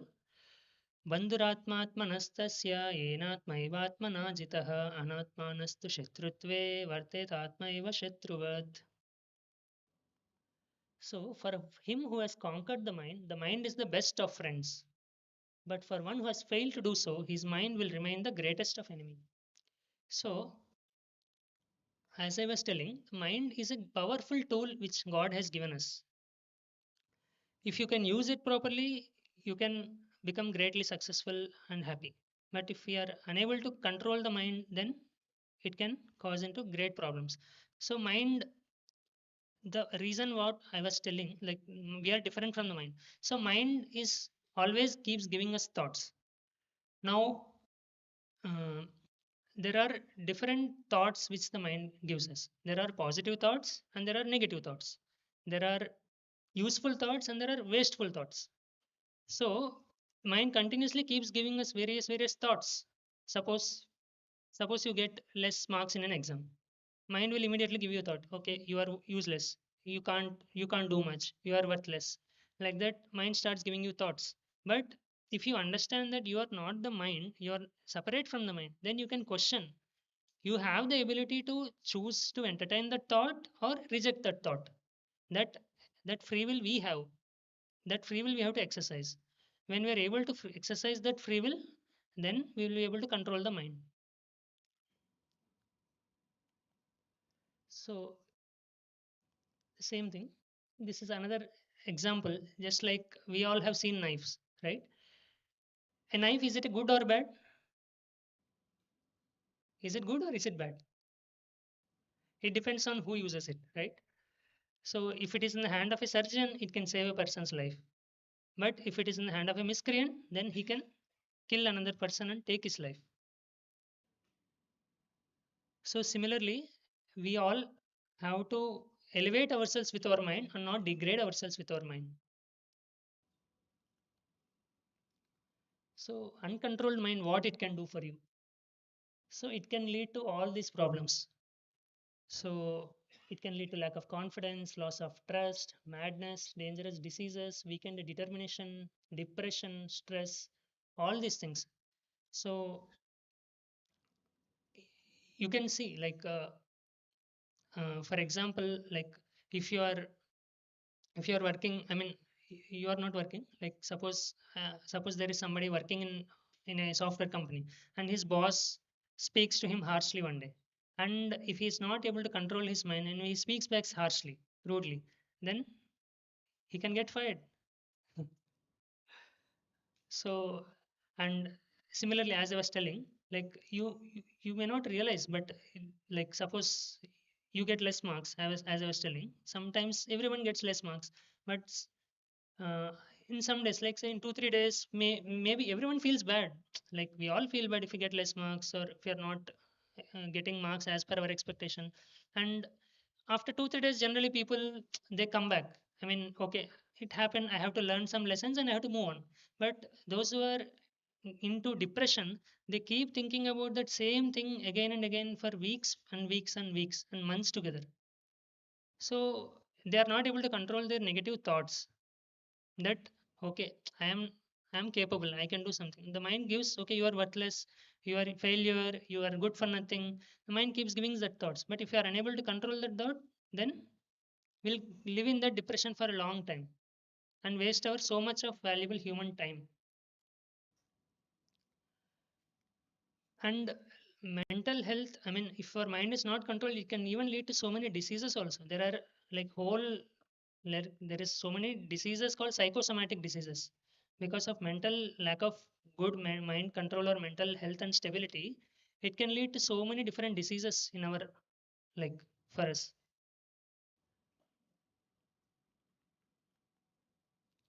Result of action with uncontrolled mind. So if we are not having uncontrolled mind, then we do so many wrong things, like we get addicted to bad habits. Like some everyone faces failures, everyone faces stress and anxiety.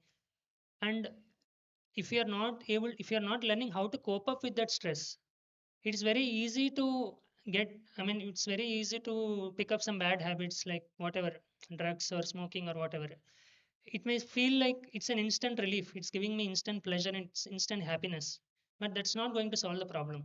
It will give you a dopamine rise, and again it will pull you back, and even further down it will make you more worried. And you have to keep increasing your usage of that so that you are feeling happy.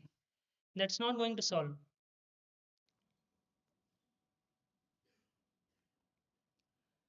So till now I have discussed about why it is so important for us to control our mind, and also what is this whole mechanism of how this mind and intelligence works. So now this is the final part. I'm going to give some solutions which can help us to control our minds. So these are very, very practical solutions. I would suggest that you can remember them and maybe if possible make some notes, because this is going to help us immensely.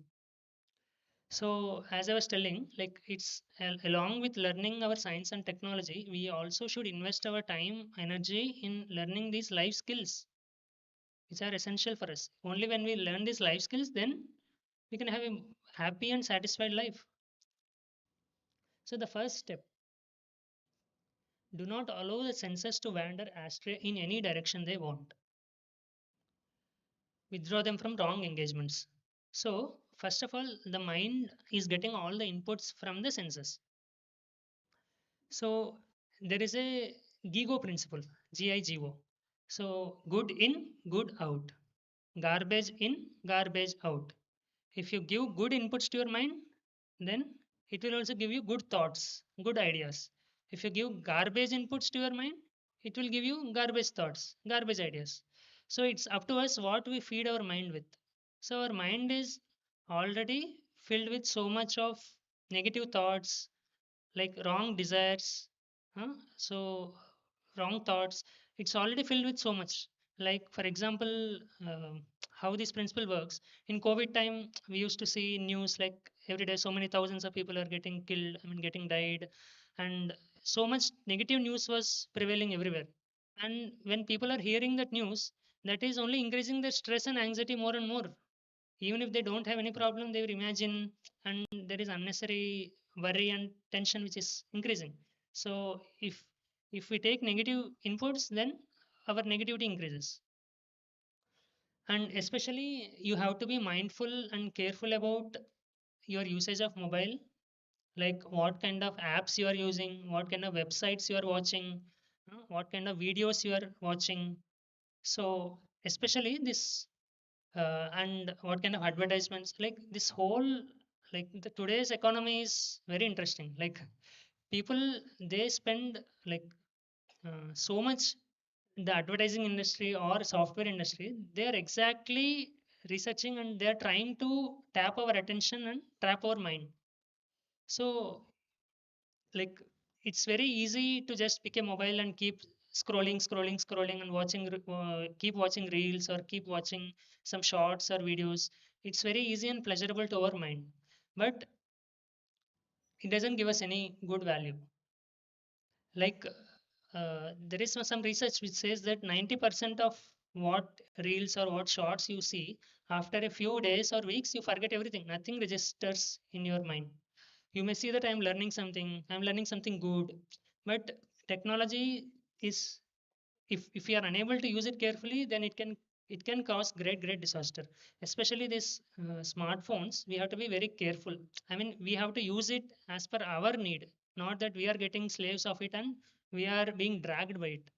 So especially as I was telling, right, this like this great software giants like Google or Facebook, they spend like they give hundreds of thousands of dollars to engineers. They give hundreds of thousands of dollars to engineers to especially trap our human minds. They trap our attention and then they sell it to their advertisers. So we have to be very careful and mindful about what we are browsing, what we are searching, etc. And like if we are watching too much violent scenes, etc., that will affect our mind and we will be acting the similar way. Step two, engage the senses and the mind in the positive thoughts and activities. So one good habit which you can all cultivate is a habit of reading books. So reading is a very, very wonderful habit. Like all, there is one saying which says that all leaders are good readers. All leaders are good readers. How many of you want to be leader here? Everyone, right? In your own circle of life, you want to be a leader. If you want to be a great leader, then I would suggest that you cultivate this habit of reading books. So there are so many wonderful books out there, like Seven Habits of Highly Effective People, Ikigai, and my mentor, Mr. Ramal Das, he has written a book on art of concentration for the age of distractions. That is a very wonderful book. He has done a lot of research and has written that book. And we have given that distributed that book in various cities across India. There are many wonderful books, self-help books, good books which you can read, not some like just for fun. You should have fun and entertainment, but also I suggest you to read good books. Like in engineering, like it's not like so hectic like medical. In engineering, you have sufficient time. So use that time wisely and read books, cultivate good hobbies, good habits. Then you will be happy and satisfied at the end of it. And also we can engage our senses and mind in the topics of God. Like whenever possible, you can visit temples of the Lord, attend the artis. hmm? You can chant some shlokas, mantras. That will give so much positive inputs to our mind. Like God is all pure. When we connect ourselves to that source of all purity, then our mind also becomes pure and our mind will be controlled. So there is one example of Ambarish Maharaj. He's a great king, which is mentioned in the scriptures. How he controlled all his senses by engaging them in the service of God. And the third step, feed your intelligence and understand the meaning of life by reading scriptures. So there are great scriptures like Ramayana, Mahabharata, Bhagavad Gita, and even in other religions like Bible, Quran. So all these scriptures, they are filled with great, great wisdom. So we have to read them and also reflect on it. Then we can strengthen our intelligence. The whole solution, what I was telling, right? If our intelligence is strong, then we will be able to control our mind. If our intelligence is weak, then mind can't be controlled. And fourth step, make best use of opportunities for good association. So make use of good association, like take help of your teachers, your good friends. So be conscious, like now you are just beginning your engineering college, you choose your friends wisely. There is a saying which says, tell me who your friends are, I will tell you who you are. So we all, like it depends on our friends how we grow or how we degrade. So there are elevating friends, neutral friends, degrading friends. So choose your friends wisely. And there are further like such opportunities where you will be discussing about these life skills. There are some particular sessions which will be organized later on also. Make use of those opportunities whenever you are getting that. And fifth step is mantra meditation. So mantra, what in Sanskrit, mantra means man means mind and tra means trayate. So mantra, it delivers the mind of all our anxieties, worries, and impurities. So mantra meditation, it's a technique. Basically, we repeatedly chant a mantra, which is a silly, like say some people chant Lord Ram's holy names, Jai Ram, Jai Shri Ram, and I chant Hare Krishna mantra, Hare Krishna, Krishna Krishna, Hare Hare, Hare Rama, Rama Rama, Hare Hare. There are so many mantras. This is a universal principle, not just in our Hindu tradition or Vedic tradition. Even in Islam, Christianity, there is this practice of mantra meditation where we can chant the holy names of God. And it's also a very, very powerful technique to control our mind because we are chanting a mantra and we are focusing on that mantra. We are withdrawing all our thoughts. We are not focusing on our thoughts and we're just trying to pay attention to the mantra. If we just sit and chant focusedly, meditating on the mantra, then it will calm our mind so much. Yeah, there is a research done in Stanford University which says that mantra meditator actually is in relaxed alert zone. Yes, and this mantra meditation, many successful people also talk about it. These are just some examples like Dr. ND, Mr. ND Desai, he's a leading Indian industrialist. He's Rishikesh Mafatlal, CEO of Mafatlal Fabrics. There are many, many successful people throughout India and throughout the world who do this practice every day. And you can also try it. It will transform our life so much. So just the solutions I would like to recap. The first solution, withdraw your or don't allow your senses to wander in wrong directions. Withdraw yourself from wrong engagements. Second, engage your mind and senses in the positive engagements in topics of God. Third, strengthen your intelligence by reading wisdom scriptures. And fourth, be conscious of make good opportunity, make use of good association. And fifth is mantra meditation. So try to remember them, and this will definitely help us. So this is very, very essential. Like if we can just take at least some of these practices, our life will be transformed so much. So I wish you all the best and successful career and life ahead. So thank you very much for giving me this opportunity.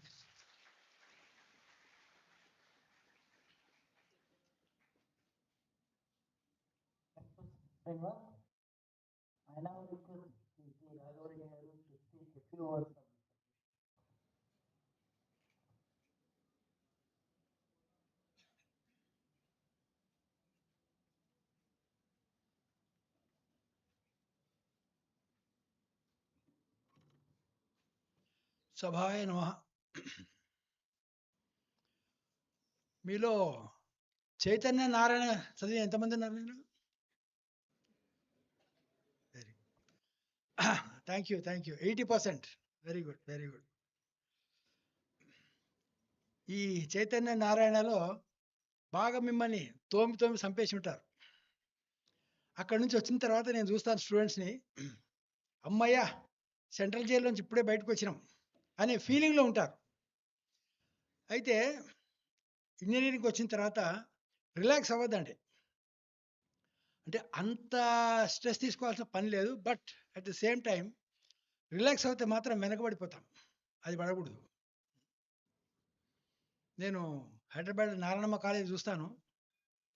అక్కడ పిల్లలు చూస్తే first year just ఆడుతూనే ఉంటారు. దాంతో ఒక్కోసారి 1-2 backlogs ఉంటాయి second ఇయర్కి వచ్చే వరకు. అది పెట్టుకోవద్దండి. నిద్ర వస్తుందా? వస్తుంది. ఆకలి అవుతుందా? అవుతుంది. బోర్ కొడుతుందా? కొడుతుంది. Good morning, very good morning. Good. కనీసం నిద్రపోతుంది. ఆకలి ఎట్లాగో అవుతుంది కానీ ఏందైనా. ఇందాక పెద్దలు మాట్లాడిన వాళ్ళు విన్నారు కదా.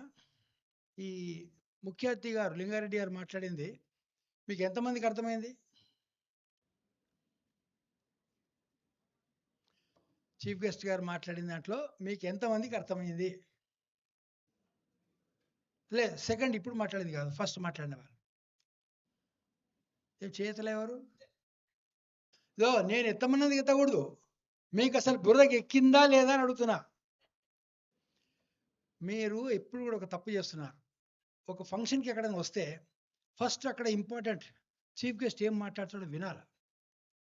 1997లో మన ఇదే కాలేజ్ నుంచి గ్రాడ్యుయేట్ అయినటువంటి వ్యక్తి లింగారెడ్డి గారు ఇప్పుడు జేపీ మార్గన్లో చీఫ్ ఎగ్జిక్యూటివ్గా పనిచేస్తున్నారు. లైఫ్లో మంచి సక్సెస్ఫుల్గా ఉండి ఉన్నత శిఖరాలను అధిరోహించినాడు. కనుక ఆయన ఎట్లా పైకి వచ్చినాడు, ఏఐని ఎట్లా వాడుకున్నాడు మీకు ఇందాక చెప్పినాడు. చాలామంది మీ మొబైల్ చూస్తున్నారు. మీ మొబైల్ చూస్తుంటే మీరు పైకి రారు నా జీవితంలో. బాగా గుర్తుపెట్టుకోండి. ఒకరు ఎవరైనా చెప్తున్నప్పుడు దాన్ని విని గ్రాస్ చేసుకోవాలి. ప్లస్ ఒక్కటైతే నాకు అర్థమైంది, ఇక్కడ ఆయన ఇంగ్లీష్ భాష ఉందే మీకు అందరికీ ఇట్లా పైనుంచి పోయింటుంది. చాలా స్పీడ్లో చాలా ఎక్సలెంట్ ఫ్లోలో కొడతా ఉన్నాడు. మనకు మామూలుగా ఇక్కడ తుట్టపుట్ట ఇంగ్లీష్లో నేర్చుకొని వచ్చింటారు.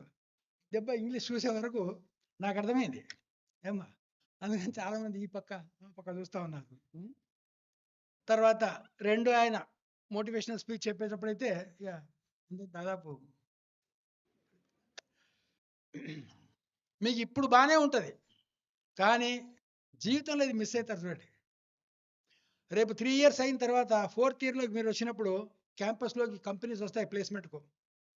ఆ రోజున కేవలం మీకు ఎన్ని మార్క్స్ వచ్చినాయో చూడరు వాళ్ళు. మార్క్స్తో పాటు communication skills, group discussion, coding, general knowledge ఇట్లాంటివన్నీ చూస్తారు. దాన్ని బట్టే మీకు ఉద్యోగం ఇస్తారు. అర్థమైంది కదా.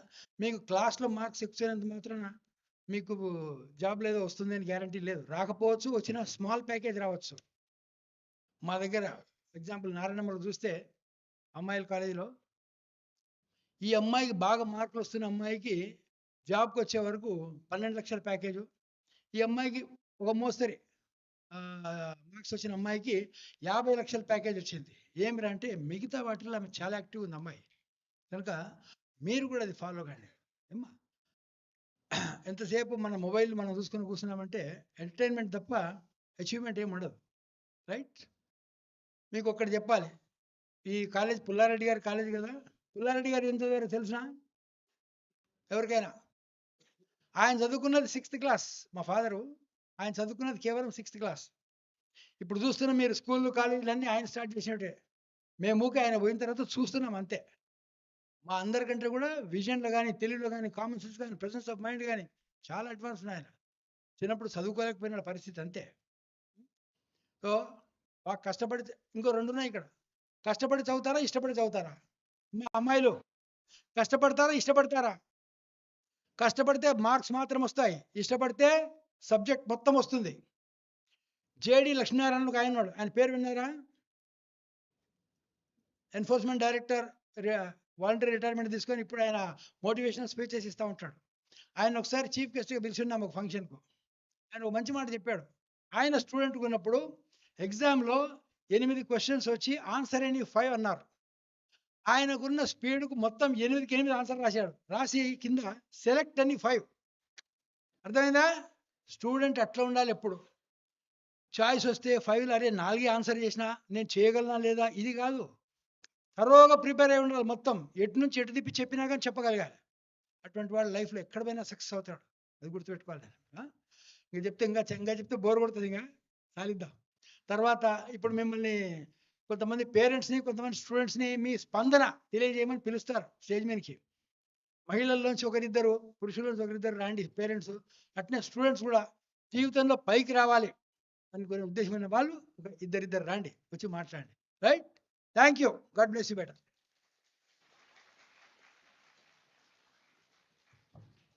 Last item, response from parents and students, freshers. So any parent or a student want to speak here, come here and speak a few words. I think you might have already gone through the induction program also, the first year students, the last 2 weeks. So any students or any parents, come here and speak a few words.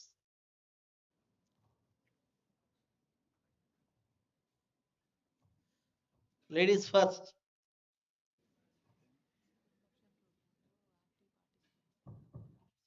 రండి బాబు రండి. జీవితంలో పైకి రావాలని కోరుకుంటే అమ్మా అమ్మాయి రావాలమ్మా. మీరు ఎప్పుడు మీ పక్క వాళ్ళని అడగాలి, వాళ్ళు ఉన్నారు లేదా అని. మీ పాటికి రాండి. ఇద్దరు అబ్బాయిలు ఇద్దరు అమ్మాయిలు రండి.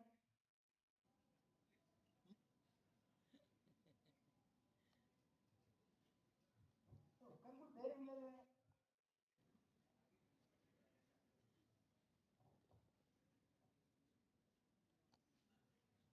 Any parent, why you have chosen GPREC, you can speak a few words. Parent, a student.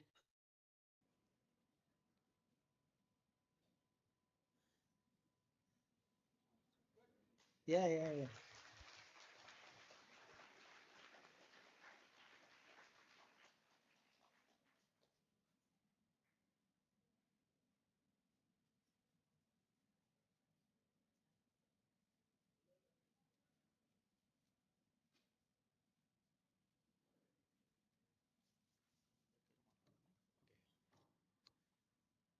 వేదికలందించినటువంటి పెద్దలకు, వచ్చినటువంటి తల్లిదండ్రులకు, గురువులకు అందరికీ నా నమస్కారాలు. సో మేము చదువుకునేటప్పుడు ఇంత ఆపర్చునిటీస్ లేవు. బట్ ఈరోజు నేను పుల్లారెడ్డి కాలేజ్‌లో మా అబ్బాయిని జాయిన్ చేర్చడానికి కారణం ఏమంటే, బిఫోర్ ఈ కాలేజీ కన్నా ముందు మేము చాలా యూనివర్సిటీస్, కాలేజీలు చాలా వరకు మేము సెర్చ్ చేయడం జరిగింది.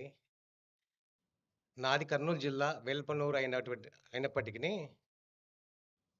మేము చదువుకునే రోజుల్లో మేము చదువుకునే రోజుల్లో హై స్కూల్ మాత్రమే ఉండింది మా ఊర్లో. ఇంటర్మీడియట్‌కు వేరే పక్కన వెళ్ళి ఇంటర్మీడియట్ చదువుకున్నాం.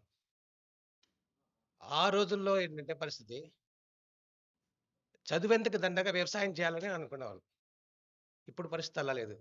చదువుకుంటేనే లైఫ్. వ్యవసాయం అనేది దండగా అనే స్టేజ్‌కి వచ్చినారు. టెక్నాలజీ అనేది పెరిగిపోతా ఉంది. పిల్లల్లో కాంపిటీషన్ పెరిగిపోతా ఉంది. ఈ రోజున్న ఈ రోజున్న కోర్సు రేపటికి ఉండట్లేదు. సో అటువంటప్పుడు మంచి ఇన్‌స్టిట్యూషన్ ఎన్నుకోవాలంటే, ఒక్క పిల్లవాడిని ఈవెన్ 10థ్ క్లాస్ అయిపోతేనే ఇంటర్మీడియేట్ జాయిన్ చేయాలంటే ఏ కాలేజ్ పెట్టినా 10, 12 కాలేజీలు వెతుక్కుంటున్నారు ఈరోజు. అదే ఒక ఇంజినీరింగ్ జాయిన్ చేయాలంటే ఫస్ట్ ఇయర్ ఉంటే ఇంజినీరింగ్ కాలేజ్ వెతుక్కుంటున్నారు తల్లిదండ్రులు. బికాజ్ కాంపిటీషన్ అనేది పెరిగిపోయింది. అల్టిమేట్‌గా ఎంత ఎంత ఇప్పుడు తల్లిదండ్రుల ఆలోచన ఏముందంటే, మనకున్నది అమ్మేనా సరే, మన పిల్లవాడు బాగుండాలి. ఎంత లక్షలు ఖర్చయినా సరే మంచి ఇన్‌స్టిట్యూషన్ జాయిన్ చేయించాలి అనే ఉద్దేశంతో ఎవరి శక్తి కొద్దీ వాళ్ళు ఖర్చు చేసైనా సరే పిల్లలను మంచి కాలేజ్‌లో జాయిన్ చేస్తున్నారు. తల్లిదండ్రులు అందరూ ఆలోచించేది ఒకటే. నేను చదువుకోలేదు, లేదా నేను చిన్న జాబ్ చేస్తున్నాను. నా కొడుకన్నా బాగా చదువుకొని ఒక బెస్ట్ పొజిషన్‌లో ఉండి పలాని వాళ్ళ అబ్బాయి ఒక బెస్ట్ పొజిషన్‌లో ఉన్నాడని కోరుకుంటారు. ప్రతి తల్లిదండ్రులు కోరుకుంటారు. ఎందుకంటే తండ్రి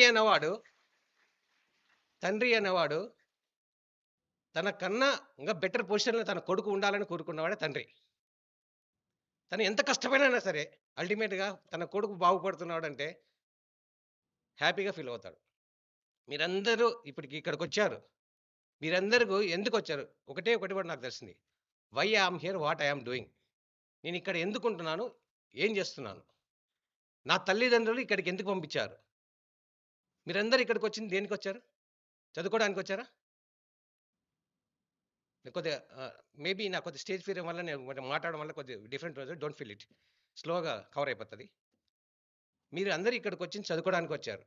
ఇక్కడ అన్నీ ఉంటాయి. చదువు ఉంటుంది, ఎంజాయ్మెంట్ ఉంటుంది, అన్నీ ఉంటాయి. కానీ నా యొక్క సలహా ఏంటంటే, ఒక్కసారి మీ తల్లిదండ్రులను గుర్తుపెట్టుకోండి. నా తండ్రి నన్ను ఇక్కడ ఎందుకు పంపించాడు? ఎంత కష్టపడి నా ఈ స్టేజ్‌కి తీసుకొచ్చాడు? ఒక్కసారి మీరు ఏదైనా చేసే ముందు మీ తల్లిదండ్రుల గురించి ఆలోచించండి ఫస్ట్. తర్వాత టేక్ ఎ గుడ్ గైడెన్స్. మీకు ఎవరైతే ఉంటారో వాళ్ళకు మీకు గైడెన్స్ అడగండి. మీకు తెలియకపోయింది నాకు తెలియంది నేను 10 మందిలో అడిగితే నేను ఏం ఫీల్ అవుతాననుకోండి. Don't feel it. నీకు రాంది అడగండి. అడిగి నేర్చుకోండి. మరి స్టూడెంట్ అనేవాడు ఎప్పుడైనా లెర్నరే ఉండాలి.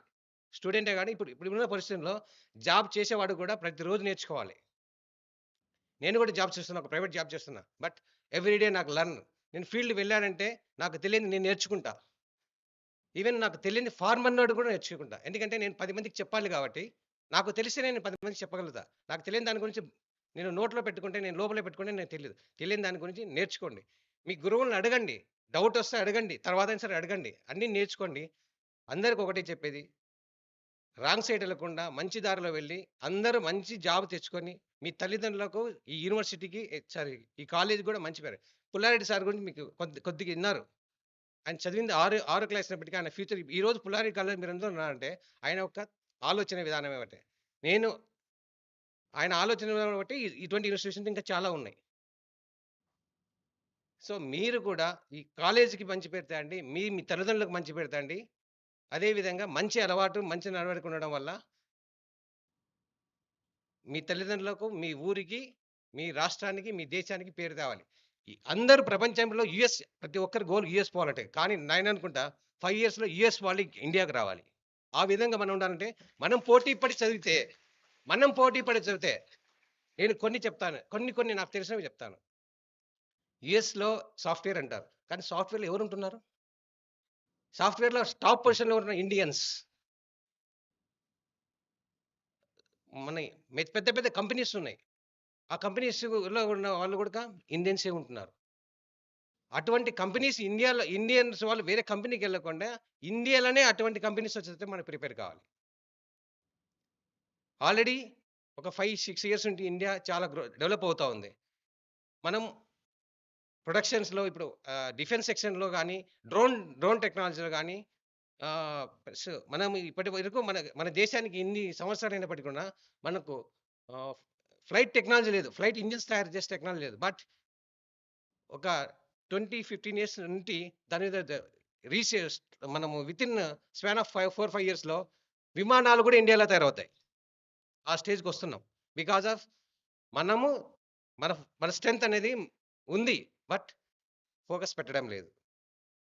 సో దాని మీద ఫోకస్ మేబీ రేపు మీలోనే వాళ్ళు విమానాన్ని తడిపి ఇంజన్ తయారు చేసి ఈరోజు మన అంటే ఇంజనీర్సే కదా. ఇప్పుడు మన ఆల్రెడీ కావేరీ ఇంజిన్ ఒకటి నాకు తెలిసిన కావేరీ ఇంజిన్లో ఉంది. ఎవరు తయారు చేస్తారు దాన్ని? కొన్ని గవర్నమెంట్ వాళ్ళు దాన్ని పట్టించుకోక మరణ పడ్డారు. అదర్వైజ్ ఈ రోజుకి మనము విమానం ఇంజిన్ తయారు చేసి ఫ్లైట్ కూడా ఇండియాలోనే తయారు చేసే స్టేజ్కి వచ్చి ఉండేవాళ్ళం. నేను ఇప్పుడు చెప్తున్నా, ఒక 5 ఇయర్స్లో మనము డ్రోన్ టెక్నాలజీలో కానీ, ఫ్లైట్లు అంటే మన ఫ్లైట్ టెక్నాలజీలో కానీ, స్పేస్ టెక్నాలజీలో మేబీ స్పేస్ టెక్నాలజీ అందరికి చంద్రయాన్ తెలుసు కదా. ఫస్ట్ చంద్రయాన్ ఫెయిల్ అయినప్పుడు చాలామంది నవ్వుకున్నారు ఇండియాని చూసి. సెకండ్ అదే ఇండియాని చూసి అందరూ ఏళ్ళు పెట్టేటట్టు తయారు చేశారు. దట్ ఈస్ మన ఇండియన్ మనం తలుచుకుంటే చేయిందంటూ ఏమీ లేదు. సో కసితో చదవండి, మీ తల్లిదండ్రులకు కళాశాలకు మంచి పేరు తేవాలని కోరుకుంటున్నాను. That's all. Thank you.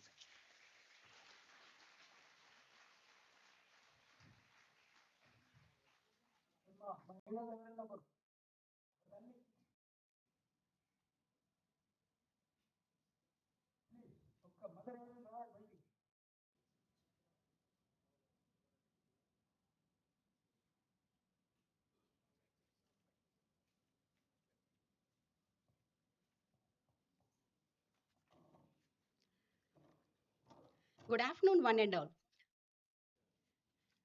So-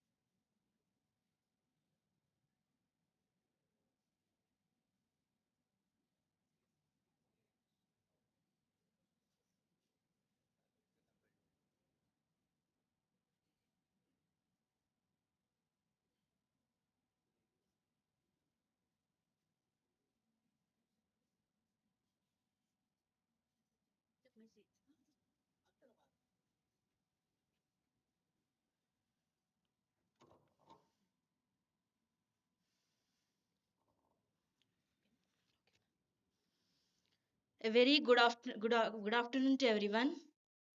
Myself, respected seniors, principal, faculty member, and my dear friends.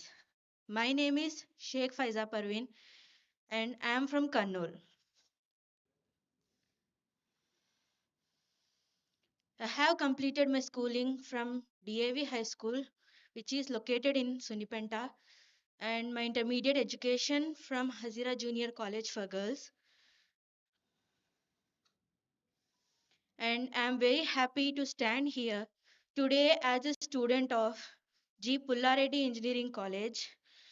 When I was choosing my college, I had a few things in my mind: good education, a positive environment, opportunities to learn, and a college that would help me to grow. And that is why I chose GPREC. GPREC has a strong reputation for academics and discipline. But for me, college is not only about getting marks, it's also about developing skills, gaining confidence, and exploring our interest, and becoming a better version of ourselves. I have chosen CSM because I genuinely interested in technology and coding. I want to learn not only what I taught in the classroom but also want to explore new technologies and build useful projects. I am also looking forward to participate in some of the activities, labs, and competitions that will help me to improve my communication skills and teamwork skills. I believe that these 4 years are going to be a journey of learning, challenges, mistakes, and growth. And I am really excited to begin that opportunity here at G. Pullareddy Engineering College. Thank you. Thank you for giving this opportunity. Thank you.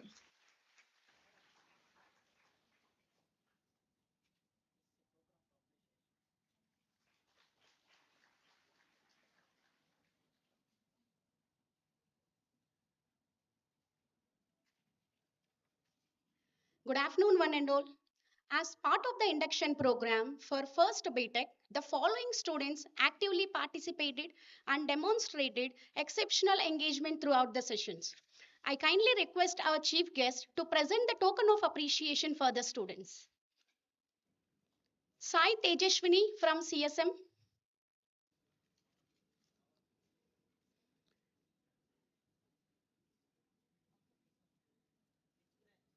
CSM, Sai Tejashwini from CSM, Kamalika from CSE, Arukya from CSE, Nikhai from CSE, Sohita from CSE, Niharika from CSM, Likita from CSE,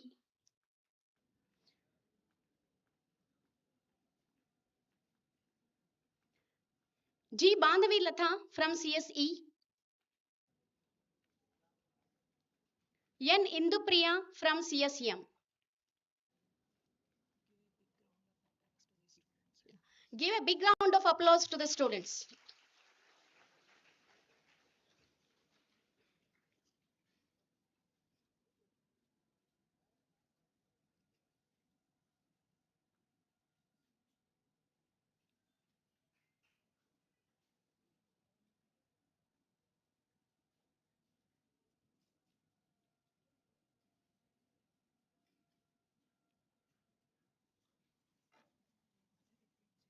These gifts are given for their active participation. Okay.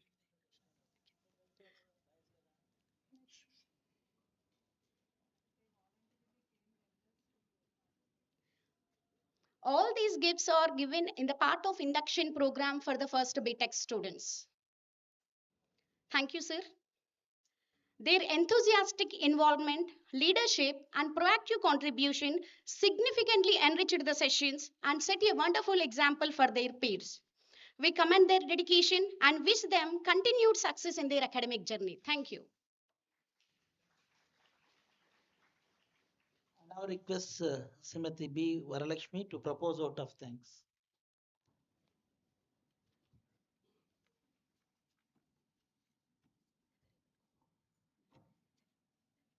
Namaste and good afternoon to one and all present here. I, B. Varalakshmi, Assistant Professor of CSE AIML Department, on behalf of G. Pullareddy Engineering College, feel privileged to propose the vote of thanks for this orientation program. To begin with, I extend my heartfelt gratitude to our chief guest, Sri Tulshekar Gangreddy Garu, Global Head of Data Strategy, AI Leader, Executive Director, JP Morgan, Bengaluru, for gracing this occasion.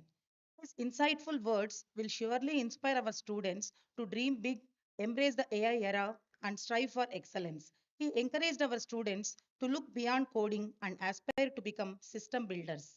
I sincerely thank our guest of honor, Sri B. Srinivasa Gupta Prabhu Garu, Senior Software Engineer, High Spot, for taking time from his busy schedule to share his valuable insights with our students and introduce them an important life skill, the art of mind control and techniques for mind control.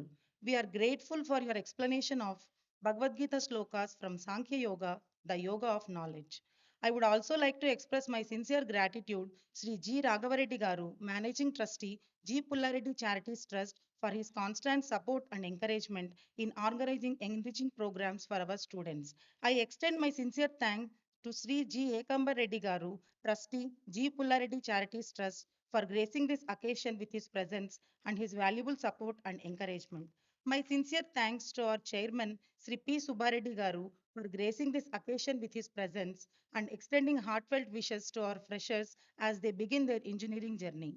My sincere thanks to our principal, Dr. B. Srinivas Reddy Garu, for his valuable guidance, encouraging words, and continued support towards the growth and excellence of our institutions. I also thank our vice principal, sir, deans, head of the departments, faculty members for their valuable support and cooperation in making this program a success. I thank PRO Dr. G. Raghuram Garu for making the necessary arrangements for the smooth conduct of this event. Last but not the least, I thank our first year students for their enthusiastic participation and their parents for placing their trust in our institutions.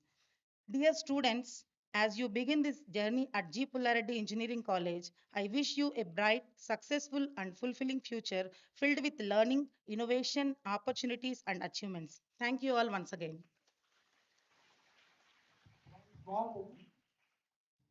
You want to learn English? First, think in English. ఇంగ్లీష్లో ఆలోచిస్తే English తొందరగా వస్తారు. తెలుగులో ఆలోచిస్తే ఇంగ్లీష్లో రాదు.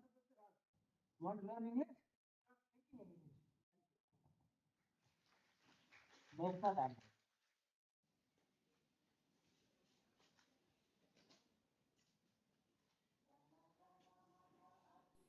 जनगण मन अधिनायक जय हे भारत भाग्य विधाता पंजाब सिंध गुजरात मराठा द्राविड उत्कल बंगा विंध्य हिमाचल यमुना गंगा उच्चल जलधि तरंगा तव शुभ नामे जागे तव शुभ आशीष मांगे गाहे तव जय गाथा जन गण मंगलदायक जय हे भारत भाग्य विधाता जय हे जय हे जय हे जय जय जय जय हे All the students and parents are requested to join for a lunch which was hosted by the management. We just the downstairs we have a lunch for all boys and male members. For girls and female parents, you can go to the girls hostel, GNBVJ hostel. Okay, join for a lunch. Okay, and then remember, you can complete all your any pending works, registration works after lunch, and then the classwork will commences tomorrow at 8 o'clock. Okay, as usual. The timetable is already displayed to your respective classrooms.